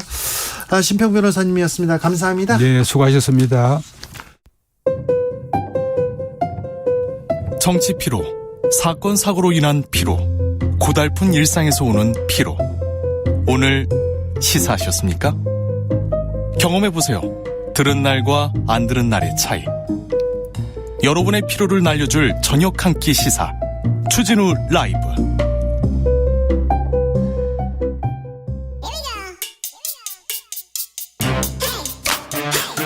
뉴스를 향한 진지한 고민, 기자들의 수다. 라이브 기자실을 찾은 오늘의 기자는 미디어오늘 정철훈 기자입니다. 어서 오세요. 안녕하세요. 재난특보 먼저 말씀드립니다. 전국적으로 호우경보 내려져 있습니다. 5월 6일 토요일까지 전국적으로 강풍을 동반한 강하고 많은 비 내릴 것으로 전망됩니다. 각별히 주의하시고 대비하시기 바랍니다. 자, 정철훈 기자, 뭘 그렇게 봐요? 3주년 축하 케이크입니다. 아, 예. 케이크 너무 멋있어가지고. 네, 정철훈 기자도 주진우 라이브와 3년입니다. 감사합니다. 아, 예. 네. 어쩌다 보니 3년이에요. 시간이 네. 참 빠른 듯 느린 듯 합니다. 예. 자, 제가 3년 정도는 하겠다 이렇게 생각하셨어요? 처음에 어떻게 생각하셨어요? 솔직히 말해도 돼요? 네. 3개월 예상했어요. 3개월? 네. 100일 예상했구나. 왜냐하면 네. 그 진행자께서 워낙 그 취재하러 여기저기 많이 해외도 나가고 하셨잖아요. 그래서 네.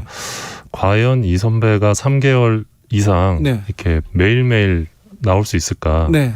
뭐 싱가포르도 가고 미국도 가고 갈 때가 많잖아요. 그래서 예. 그 지속성에 의문을 갖고 있었는데. 코로나가 왔었잖아요. 아, 그러니까요. 코로나가 왔었고 또 그렇죠. 저는 좀 뭐라고 해야 되나, 야생마 망아지 네, 같아서요. 많이 취재하러 돌아다니시니까. 네, 막 어디로 갔는데 매일 앉아서 이렇게 매일 이렇게 뉴스를 진행한다. 뉴스를 진행하기 전에 한 3시간 4시간 전에 오거든요. 그리고 그 전도 준비하고 제가 저도 좀 믿기진 않는데요. 30년 더 하겠습니다. 자, 오늘 어떤 이야기 준비해 보겠습니다. 예, 3년이 되게 짧게 느껴지기도 하는데 네. 윤석열 정부도 1년이 됐습니다. 짧은 것 같고 좀 긴. 저는 좀 길게 느껴지는데요. 예, 뭐 사람마다 좀 다를 텐데. 네, 저는 많이 길게 느껴져요. 예, 윤석열 정부 1년 동안 좀 언론계에도 좀 적지 않은 일들이 많이 있었습니다. 네, 파도가 밀려옵니다. 일단 작년에 5월 11일이었죠. 대통령께서 첫 출근길에서 기자들하고 질의응답을 하면서 용산시대 열었는데 이 도어 스태핑에 대해서는 이제 대부분의 언론이 좀 호평을 했습니다. 네. 네, 바람직한 문화고 지속적으로 좀 대통령이 소통해야 된다. 기자들과. 그렇죠. 매우 노력하는 자세는 맞습니다. 네, 그랬는데 이제 11월에 61회를 끝으로 이제 도어 스태핑은 중단이 됐었고요. 예. 그리고 이제 5월 달에 있었던 주요 사건, 이제 제가 꼽는 주요 사건인데 5월 27일이었습니다. 그 이명박 정부 언론장악의 핵심 인사로 비판받았던 이동관 전 청와대 홍보수석이 윤석열 대통령 특보 장관급으로 임명이 됐는데요. 언론에 MB 시즌2 나온다 이래서 언론에서는 걱정이 많았어요. 예, 근데 조금 불안한 게 지금 요즘 도는 얘기가 이제 또 차기 방통위원장 함합형인데요. 그런 방통위원장 후보 중에 또 이분의 이름이 거론되고 있어가지고요. 그 이동관 전 수석은 청문회 관계로 다른 자리로 간다, 다른 자리에 유력하다 이런 또 얘기도 있습니다. 예, 또 다양한 얘기들이 또 있고요. 예. 작년 6월에는 윤 대통령께서 이제 민주당 정부에서 임명됐었던 한상혁 방통위원장 향해서 국무회의 굳이 올 필요 없는 사람이다 이렇게 발언을 해서 논란이 되기도 했었고요. 그렇죠. 한상혁 오지마 얘기했어요. 네, 7월에는 권성동 국민의힘 원내대표가 이 KBS, MBC는 민주노총이 좌지우지하는 방송사다 이렇게 말해서 또 파문이 있었습니다. 이건 팩트하고 전혀 맞지 않는 내용입니다. 네, 그리고 7월 25일이었습니다. 감사원이 이제 방통위 감사에 착수를 했었고요. 네. 또 8월 11일에는 이제 아리랑 TV 대통령실 출입 기자가 대통령을 향해서 대통령이 파이팅 이런 발언을 해가지고 좀 욕을 먹었습니다. 네. 좀 기자로서 적절치 않은 발언이었기 때문에 8월 17일에는 이제 대통령이 취임 100일 기자회견을 했었는데 질의응답이 30분밖에 안 돼서 조금 뒷말이 있었고요. 짧아도 기자회견은 했어요. 예, 그리고 8월 21일에 이제 신임 홍보수석으로 이명박 정부 대변인 출신이죠. 김은혜 전 의원이 임명이 됐습니다. 홍보수석실이 좀 역할을 좀 해줘야 되는데 국민들한테 좀 설명하고 설득하고 소통하는 창구여야 되는데 여기는 아직 미흡하다. 아직 높은 점수를 주지 못한다. 이런 전문가들 이런 분석이 좀 지배적입니다. 예, 그리고 8월 말에 이제 서울 고검에서 이 채널A 검언유착국 보도를 했던 MBC를 대상으로 재수사해라 이런 명령을 내렸는데 이거 좀 이례적이었고요. 네. 그리고 8월 29일에 서울시가 이 TBS 출연금을 전년 대비 88억 원 감액한 232억 원을 편성하면서 또 TBS를 죽이려는 거 아니냐 이런 우려가 있었습니다. 무슨 얘기냐면요. 프로그램을 만들 예산을 하나도 안 줘가지고요. 하나도 안 줘서 진행자들도 그렇고 작가들도 없이 그냥 방송을 그냥 해라 이렇게 얘기 나오니까 방송을 못 만들죠. 그 뒤에 이제 11월 15일이었는데요. 서울시의회에서 서울시의 TBS 지원금을 아예 없애버리는 조례 폐지 조례안을 본회의에서 가결을 시켜서 TBS가 사실상 정상적인 방송 편성이 어려운 상황이 됐습니다. 네, 지금 매우 어렵게 방송을 만들고 있더라고요. 그리고 이제 9월 3일에는 윤 대통령이 방송의 날에 불참을 했는데 행사에 축사도 없었습니다. 이것도 좀 이례적이었고요. 네, 방송하고는 좀 각을 세우고 그다음에 신문의 날은 오셨죠. 오셨었는데 작년에 가셨었고요. 그리고 9월 14일에는 감사원에서 이제 방통위에 이어서 KBS 감사를 시작했습니다. KBS 감사해가지고 9월 14일부터 해서 5월 1일까지 했어요. 그런데 별 잘못한 거 없다면서요? 감사를 3번 연장했는데 청구 항목 위법 없음 해서 이제 사실상 이렇게 3번 연장하는 동안 8개월 넘게 감사를 했는데 잘못 없어 이렇게 얘기하면 이거 정치 감사 아니냐 이런 의혹 받았는데 그런, 이런 비판이 나올 수밖에 없죠. 그렇죠. 비판 나올 수도 있죠. 뭔가 하나 잡아보려고 털어봤는데 안 나온 거 아니냐 뭐 이런 의혹이 있을 수 있죠. 그리고 이제 9월 22일 날 이제 그 유명한 이 바이든 날리면 보도가 나오고요. 나오니까 이제 대통령 비서실에서 MBC에 질의서를 보냅니다. 이 바이든이라고 발음을 특정한 근거가 뭐냐 그러면서 보도 경위를 추궁을 했었고요. 전 국민 듣기 평가 있었고요. 네, 맞습니다. 그리고 이제 공영방송 간판 내려라 국민의힘 국회의원들이 MBC 항의 방문했었고, 그리고 국민의힘에서 9월 29일에 MBC 사장과 기자들을 대통령 명예훼손으로 형사 고발을 합니다. 형사 고발했어요. 생각해보니. 근데 대통령 명예훼손으로 형사 고발하는 게 좀 흔한 일은 또 아니거든요. 그러니까요. 그래서 이제 예전에 박근혜 정부 때 갓도다스야 사건이 좀 생각이 났었는데 그런 상황이 있었고요. 10월 4일에는 이건 언론계 사건은 아니지만 이 표현의 자유를 위축한 사건으로 기억이 되는데, 문체부에서 이 고등학생이 그렸던 윤석열차 이거를 전시한 만화영상진흥원에 엄중 경고를 한 사건도 있었습니다. 그래가지고 그 만평이 유명해졌습니다. 그래서 문체부가 괜히 좀 키워주는 거 아닌가 그런 생각도 들었어요. 그리고 10월 11일에는 이제 국정감사에서 한정 KDN 사장이 이 YTN 주식을 매각하겠다 이렇게 공식화했었는데, YTN이 민영화된다 얘기 맞습니다. 나오죠. YTN의 최대 주주가 이제 한정 KDN이고 그 다음이 이제 마사회인데, 이런 공공기관들이 이제 자산을 매각하게 되면 YTN이 민영화가 됩니다. 그래서 요 논란도 지금 현재 진행형이고요.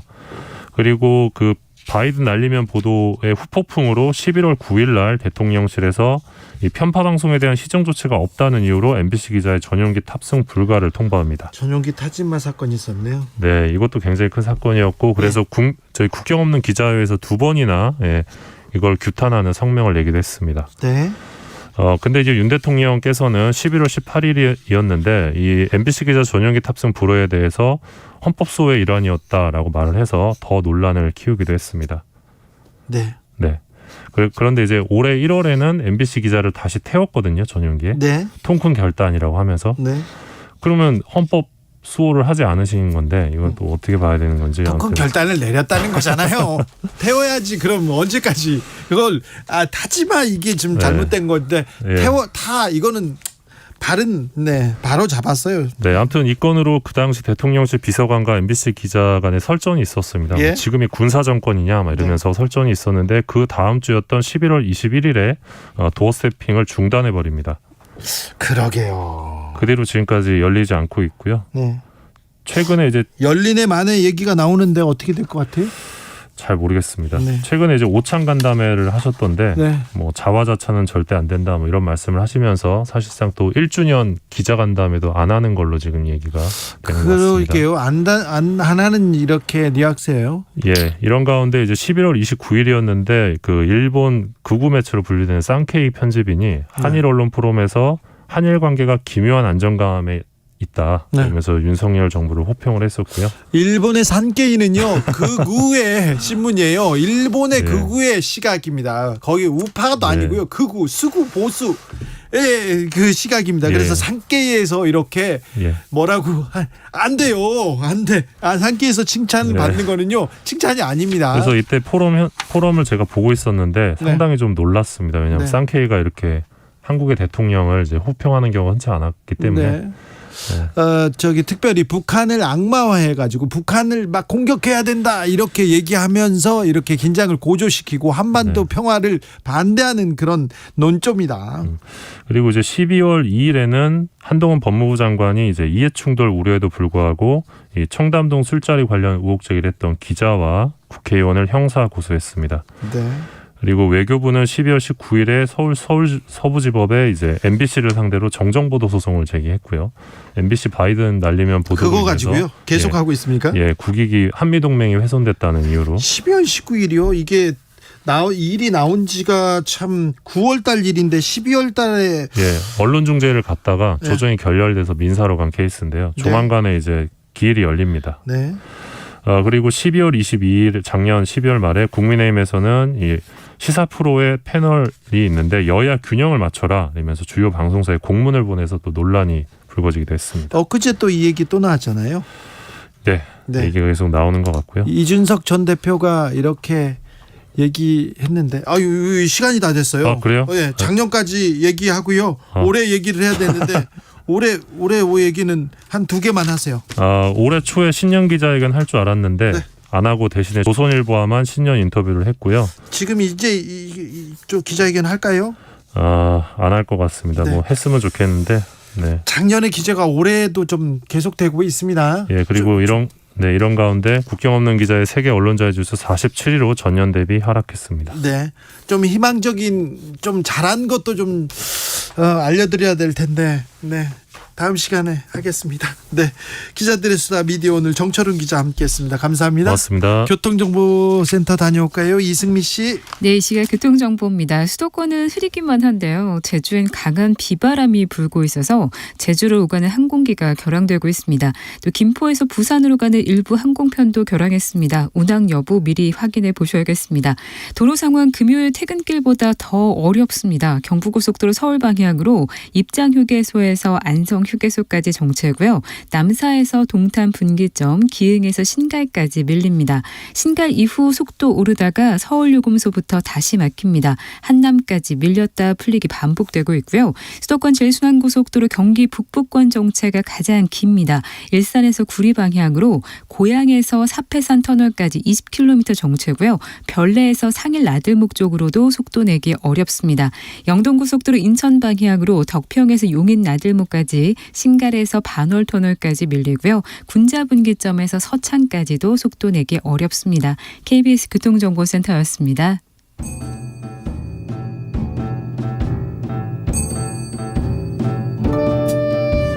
태초에 철학이 있었다. 하늘과 땅 사이 세상의 모든 질문 이제 철학으로 풀어보겠습니다. 철학 어렵다고요? 일단 맛이라도 봅시다.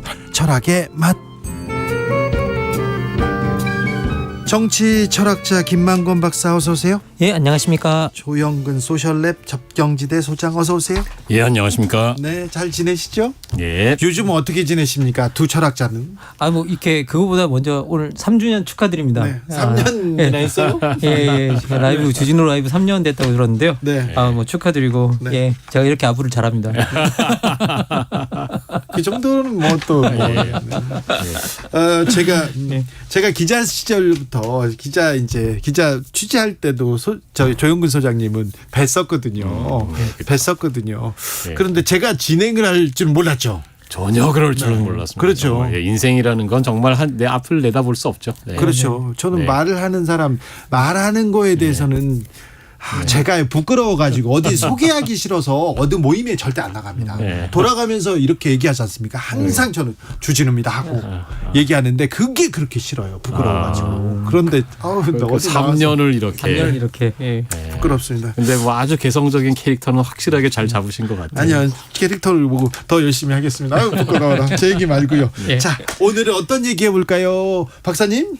예, 오늘은 뭐 저희 사회적 호칭의 문제에 대해서 좀 이야기해 볼까 하는데요. 우리나라는 호칭 이거에 따라서 엄청난 이렇게 결과가 나뉩니다. 너 나이 속였어? 형이야 동생이야 따지고 호칭 따지고 그렇죠. 누구라고 인사 안 했어? 그거 가지고 큰 파장이 일어요. 예, 뭐 실제로 이제 저희 나라 같은 경우에는 뭐 저희들이 부르는 호칭에 어떻게 보면 사회적 지위, 자격 그리고 사회가 그 집단들을 바라보는 어떻게 보면 시선까지 다 들어가 있기 때문에 예, 정말 사람들이 민감하게 반응하죠. 우리나라 우리말의 특징입니다. 그렇습니다. 예, 최근에 뭐 아줌마라고 하는 호칭에 대해서 그러니까요. 아줌마라고 했다고 막 야구방망이 휘두르는 그런 그러게요. 일이 있었어요. 네, 그런데 뭐 사실 저희 바깥에 있으면서 우리 김만권 선생님하고 잠시 얘기했습니다만은 남자들은 사실 아저씨라는 호칭에 대해서 맥락에 따라서 기분 나쁠 수도 있지만 대부분의 경우엔 특별히 그렇죠. 문제가 안 돼요. 근데 청년들, 젊은이들한테는 모르는데 나이 많이 먹은 사람 그 청년들한테 아저씨 그러면 지금 12 이런데 좀 나이 많이 먹은 사람한테 아저씨 그렇잖아요. 근데 그리고 좀 이따 아버님 이렇게 부르잖아요. 그러게요. 그러니까 아저씨라는 말이 이게 뭐 높여 부르는 호칭은 아닌데 예, 그렇다고 해서 특별히 문제가 되진 않아요. 근데 아주 이렇게 부르면 어떻게 했나? 아저씨 이렇게 하면 그것도 다르지 않습니까? 그거는 이제 호칭의 문제가 아니라 말투의 문제가 그런가요? 그렇죠. 그렇죠. 그리고 이제 요새는 뭐 특히 아저씨들을 위해서 그런 분들을 위한 따로 호칭이 있잖아요. 앞에 개자 붙인가. 그 따로 있어서.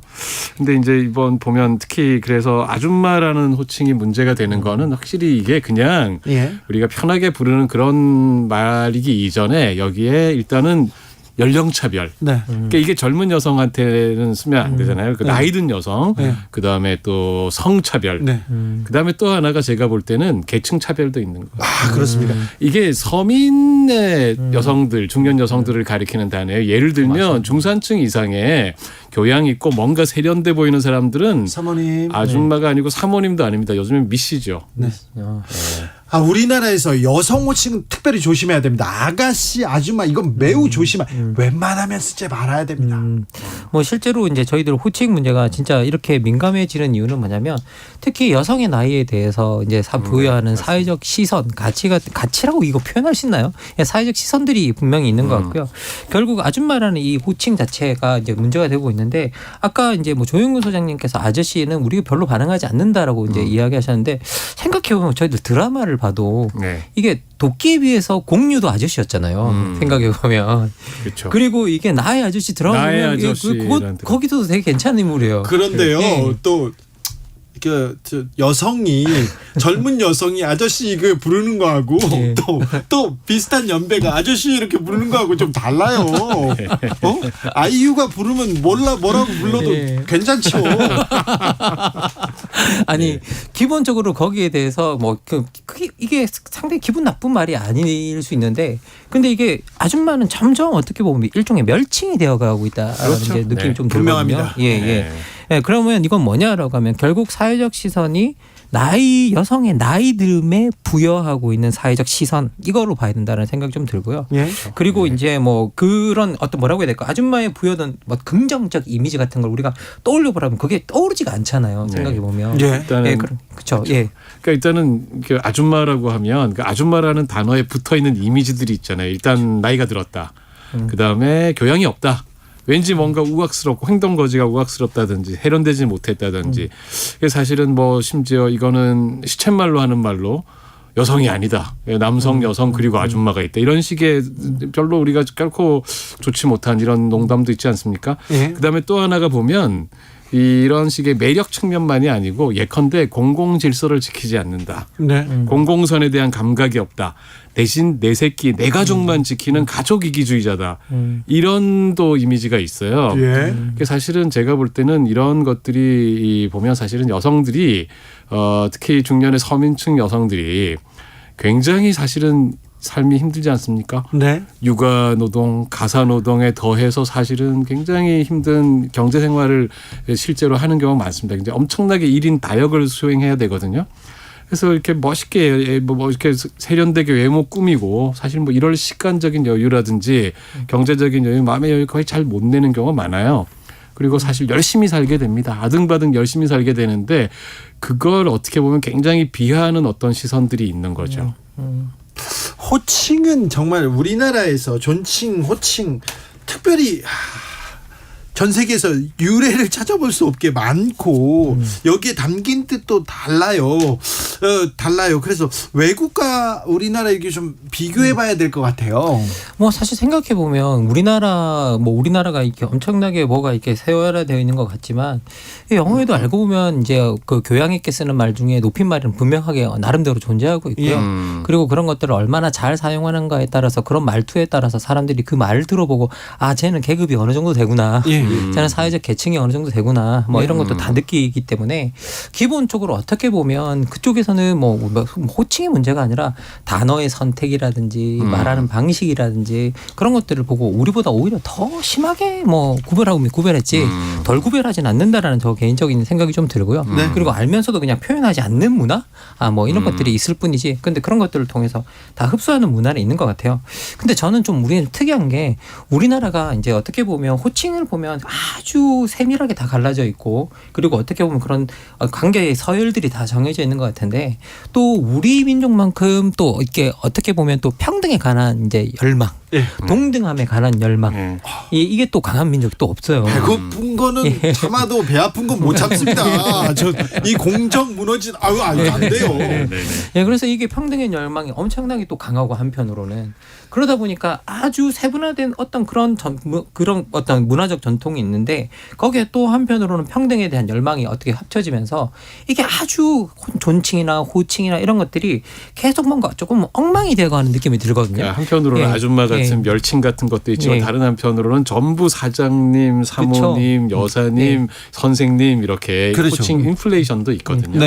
적절하지 않은 우리가 어떻게 보면 그야말로 사람 대 사람으로서 있는 그대로 만나기 참 힘든 이런 오늘날의 세상사를 반영하는 그런 모습 같기도 합니다. 조영태님께서 우리 나이 내일 모레 70인데요. 저기요 이렇게 부릅니다. 저기요 이렇게. 저기요 여기요.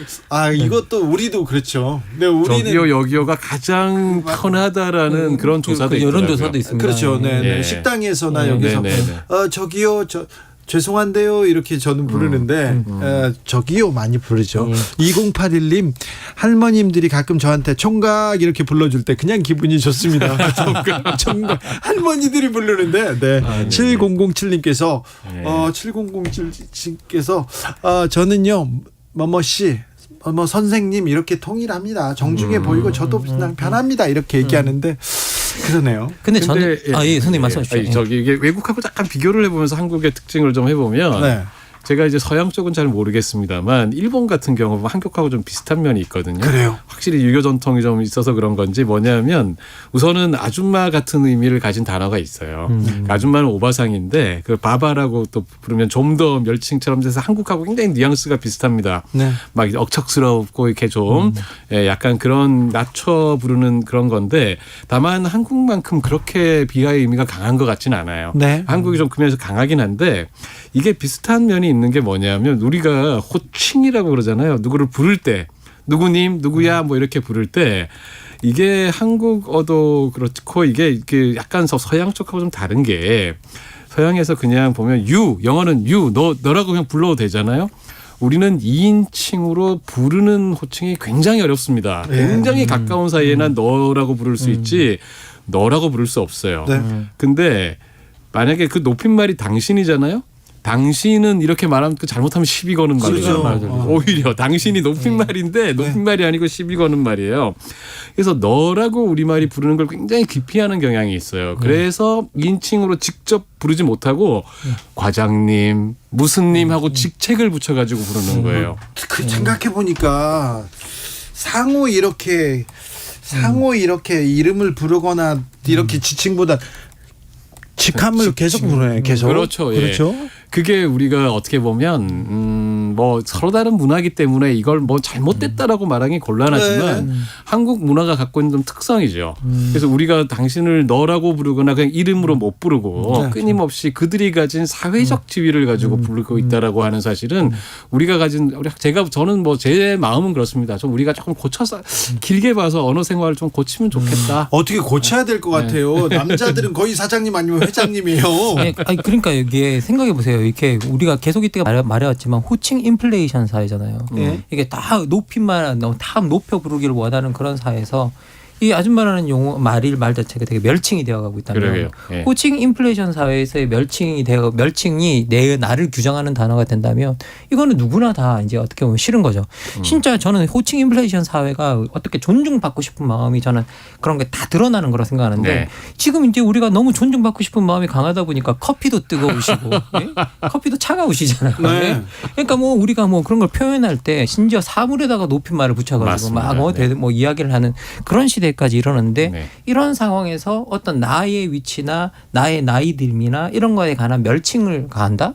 이건 그러면 이거 당하는 입장에서는 이게 정말 반가울 리가 없는 거죠. 그래서 이런 부분에 대해서는 저희들이 생각해 봐야 될 것 같아요. 저는 사실은 그런 생각이 들더라고요. 이렇게 호칭이라고 하는 거 참 중요한 거 맞고 말이 정말 중요한 거 맞는데 어떻게 보면 그게 사실은 우리 사회의 불평등한 모습 네. 그게 아주 강하기 때문에 너무 기울어진 사회이기 때문에 어떻게 보면 호칭이라는 거에 더 민감해지는 걸 수도 있다라는 생각이 들어요. 그렇죠. 네. 그러니까 우리가 좀 더 그보다 좀 덜 기울어진 사회 같으면 그렇게 거기 그 호칭에 대해서 민감하게 화가 나거나 그러지 않을 텐데 그래서 예를 들면 그래서 저는 생각을 해보면 호칭이 그러니까 호칭 당연히 우리가 아줌마 이런 보다는 좀 더 좋은 호칭이 있다면 찾아야 되는 건 맞는데 예를 들면 제가 뭐 김만근 선생님 아직도 대학에 계시지만 저도 대학에 오래 있었다가 네. 대학을 나왔는데 대학을 생각해보면 대학에서는 전부 선생님이라고 참 선생님 굉장히 높은 극존칭이거든요. 굉장히 높은 호칭으로 불러줍니다. 하지만 대학 사회 안에서의 불평등은 말도 못해요. 예. 정교수부터 시작해서 저기 밑에 시간 강사 비정규직에 이르기까지 네. 그 말로 서로 아무리 극존칭으로 높여준다고 한들 그 불평등은 조금도 사라지지 않습니다. 불평등 정도가 아니죠. 거긴 뭐 솔직히 이렇게 말하면 안 되는데요. 거기 노예제도죠. 그렇습니까? 그렇습니다. 그러니까 언어와 호칭이 중요한 건 맞는데 이렇게 기울어진 세상을 바꾸지 않은 채로 네. 언어를 고치자. 뭐 보면 뭐 기업들에서 보면 뭐 서로 간에 무슨 님 이렇게 이렇게 하자는 기업들도 있고 그렇다고 하는 건데 그 기업이 그렇다고 수평적으로 평등해지겠습니까? 그러지 않죠. 그래서 저는 그건 뭐 호칭 중요한 문제지만 선후 관계는 안 바뀌었으면 좋겠다 이런 생각을 하게 되네요. 네. 이 존칭 여기서 우리 사회 불평등 그 계급 신분 노예까지 나왔어요. 아니 뭐 제가 그거 사과드리겠습니다. 이거 뭐 끝나기 전에 제가 사과드리려고 그러는데요. 경우에 따라서 충분히 하실 수 있는 말씀. 그러니까 이 계급이 이게 존재해요. 보이지 않는 계급입니다. 그거는 뭐 우리가 타파할 수도 있는데 조금 아저씨, 아줌마들이 특별히 조심해야 됩니다. 네. 아저씨도 빼고요. 아줌마, 아가씨라는 호칭은 안 됩니다. 자, 우리가 어떻게 이렇게 남을 대할 때 어떤 호칭을 쓰면 어떤 호칭을 피하면 그래도 이렇게 교양이 있고 다른 사람들의 마음을 상처받지 않게 하면서 이렇게 관계를 이어갈 수 있을까요? 아니 저 아주 좋은 지적을 사실은 우리 이야기 중에 조영근 소장님께서 해주셨다고 생각이 드는데 우리가 너, 당신, 그대가 거의 2인칭인데 네. 아까 말씀하셨지만 너는 비하하는 너는 좀 낮춰 부르는 것 같고 이게 당신은 너무 또 시비 거는 것 같고 때로는 네. 그대는 너무 로맨틱하죠. 이제 그러니까 우리가 이게 부르는 어떤 호칭 자체를 2인칭을 부를 때 우리가 네. 앞에 앉아 있는 사람들을 네네. 부를 때 좀 우리가 그런 호칭들이 서로가 폄하하지 않으면서도 뭐라고 해야 될까요? 서로를 존중하는 어떤 그런 호칭을 우리가 만들어내는 게 좀 중요하다는 생각이 좀 서로 듭니다. 이렇게 만들 때 누구 관계가 좀 특별하면 이렇게 얘기하면 되겠네. 애기야 이렇게 그대 이렇게. 네. 그 보니까 저기요 많이 쓴다고 그랬잖아요. 네. 저기요는 사실 요즘에 정말 어떻게 보면 진짜 제일 무난하게 쓸 수 있는 만능치 단어인데 특히. 제일 기분 나쁜 거는 어이라 그러더라고요. 어이. 그거 안 돼요. 그거 진짜 저도 입장 바꾸니까 누가 어이 그러면 진짜 기분 나쁠 것 저 같아요. 그거 절대 안 됩니다. 예. 싸움 나요. 예. 그리고 손을 쓰는 거 있잖아요.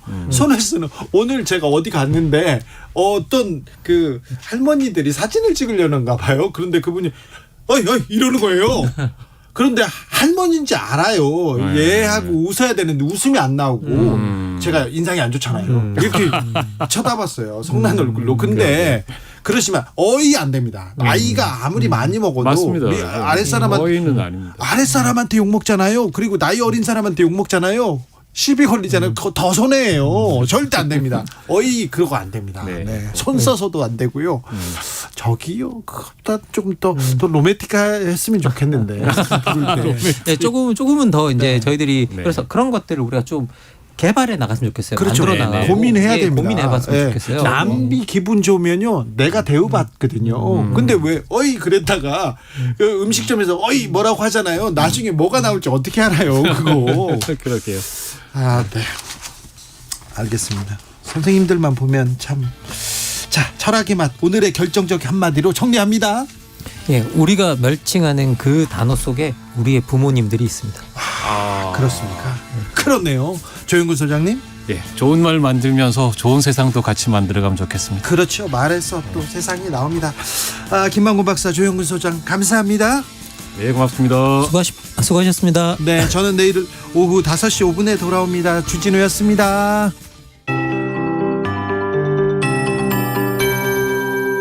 KBS 58분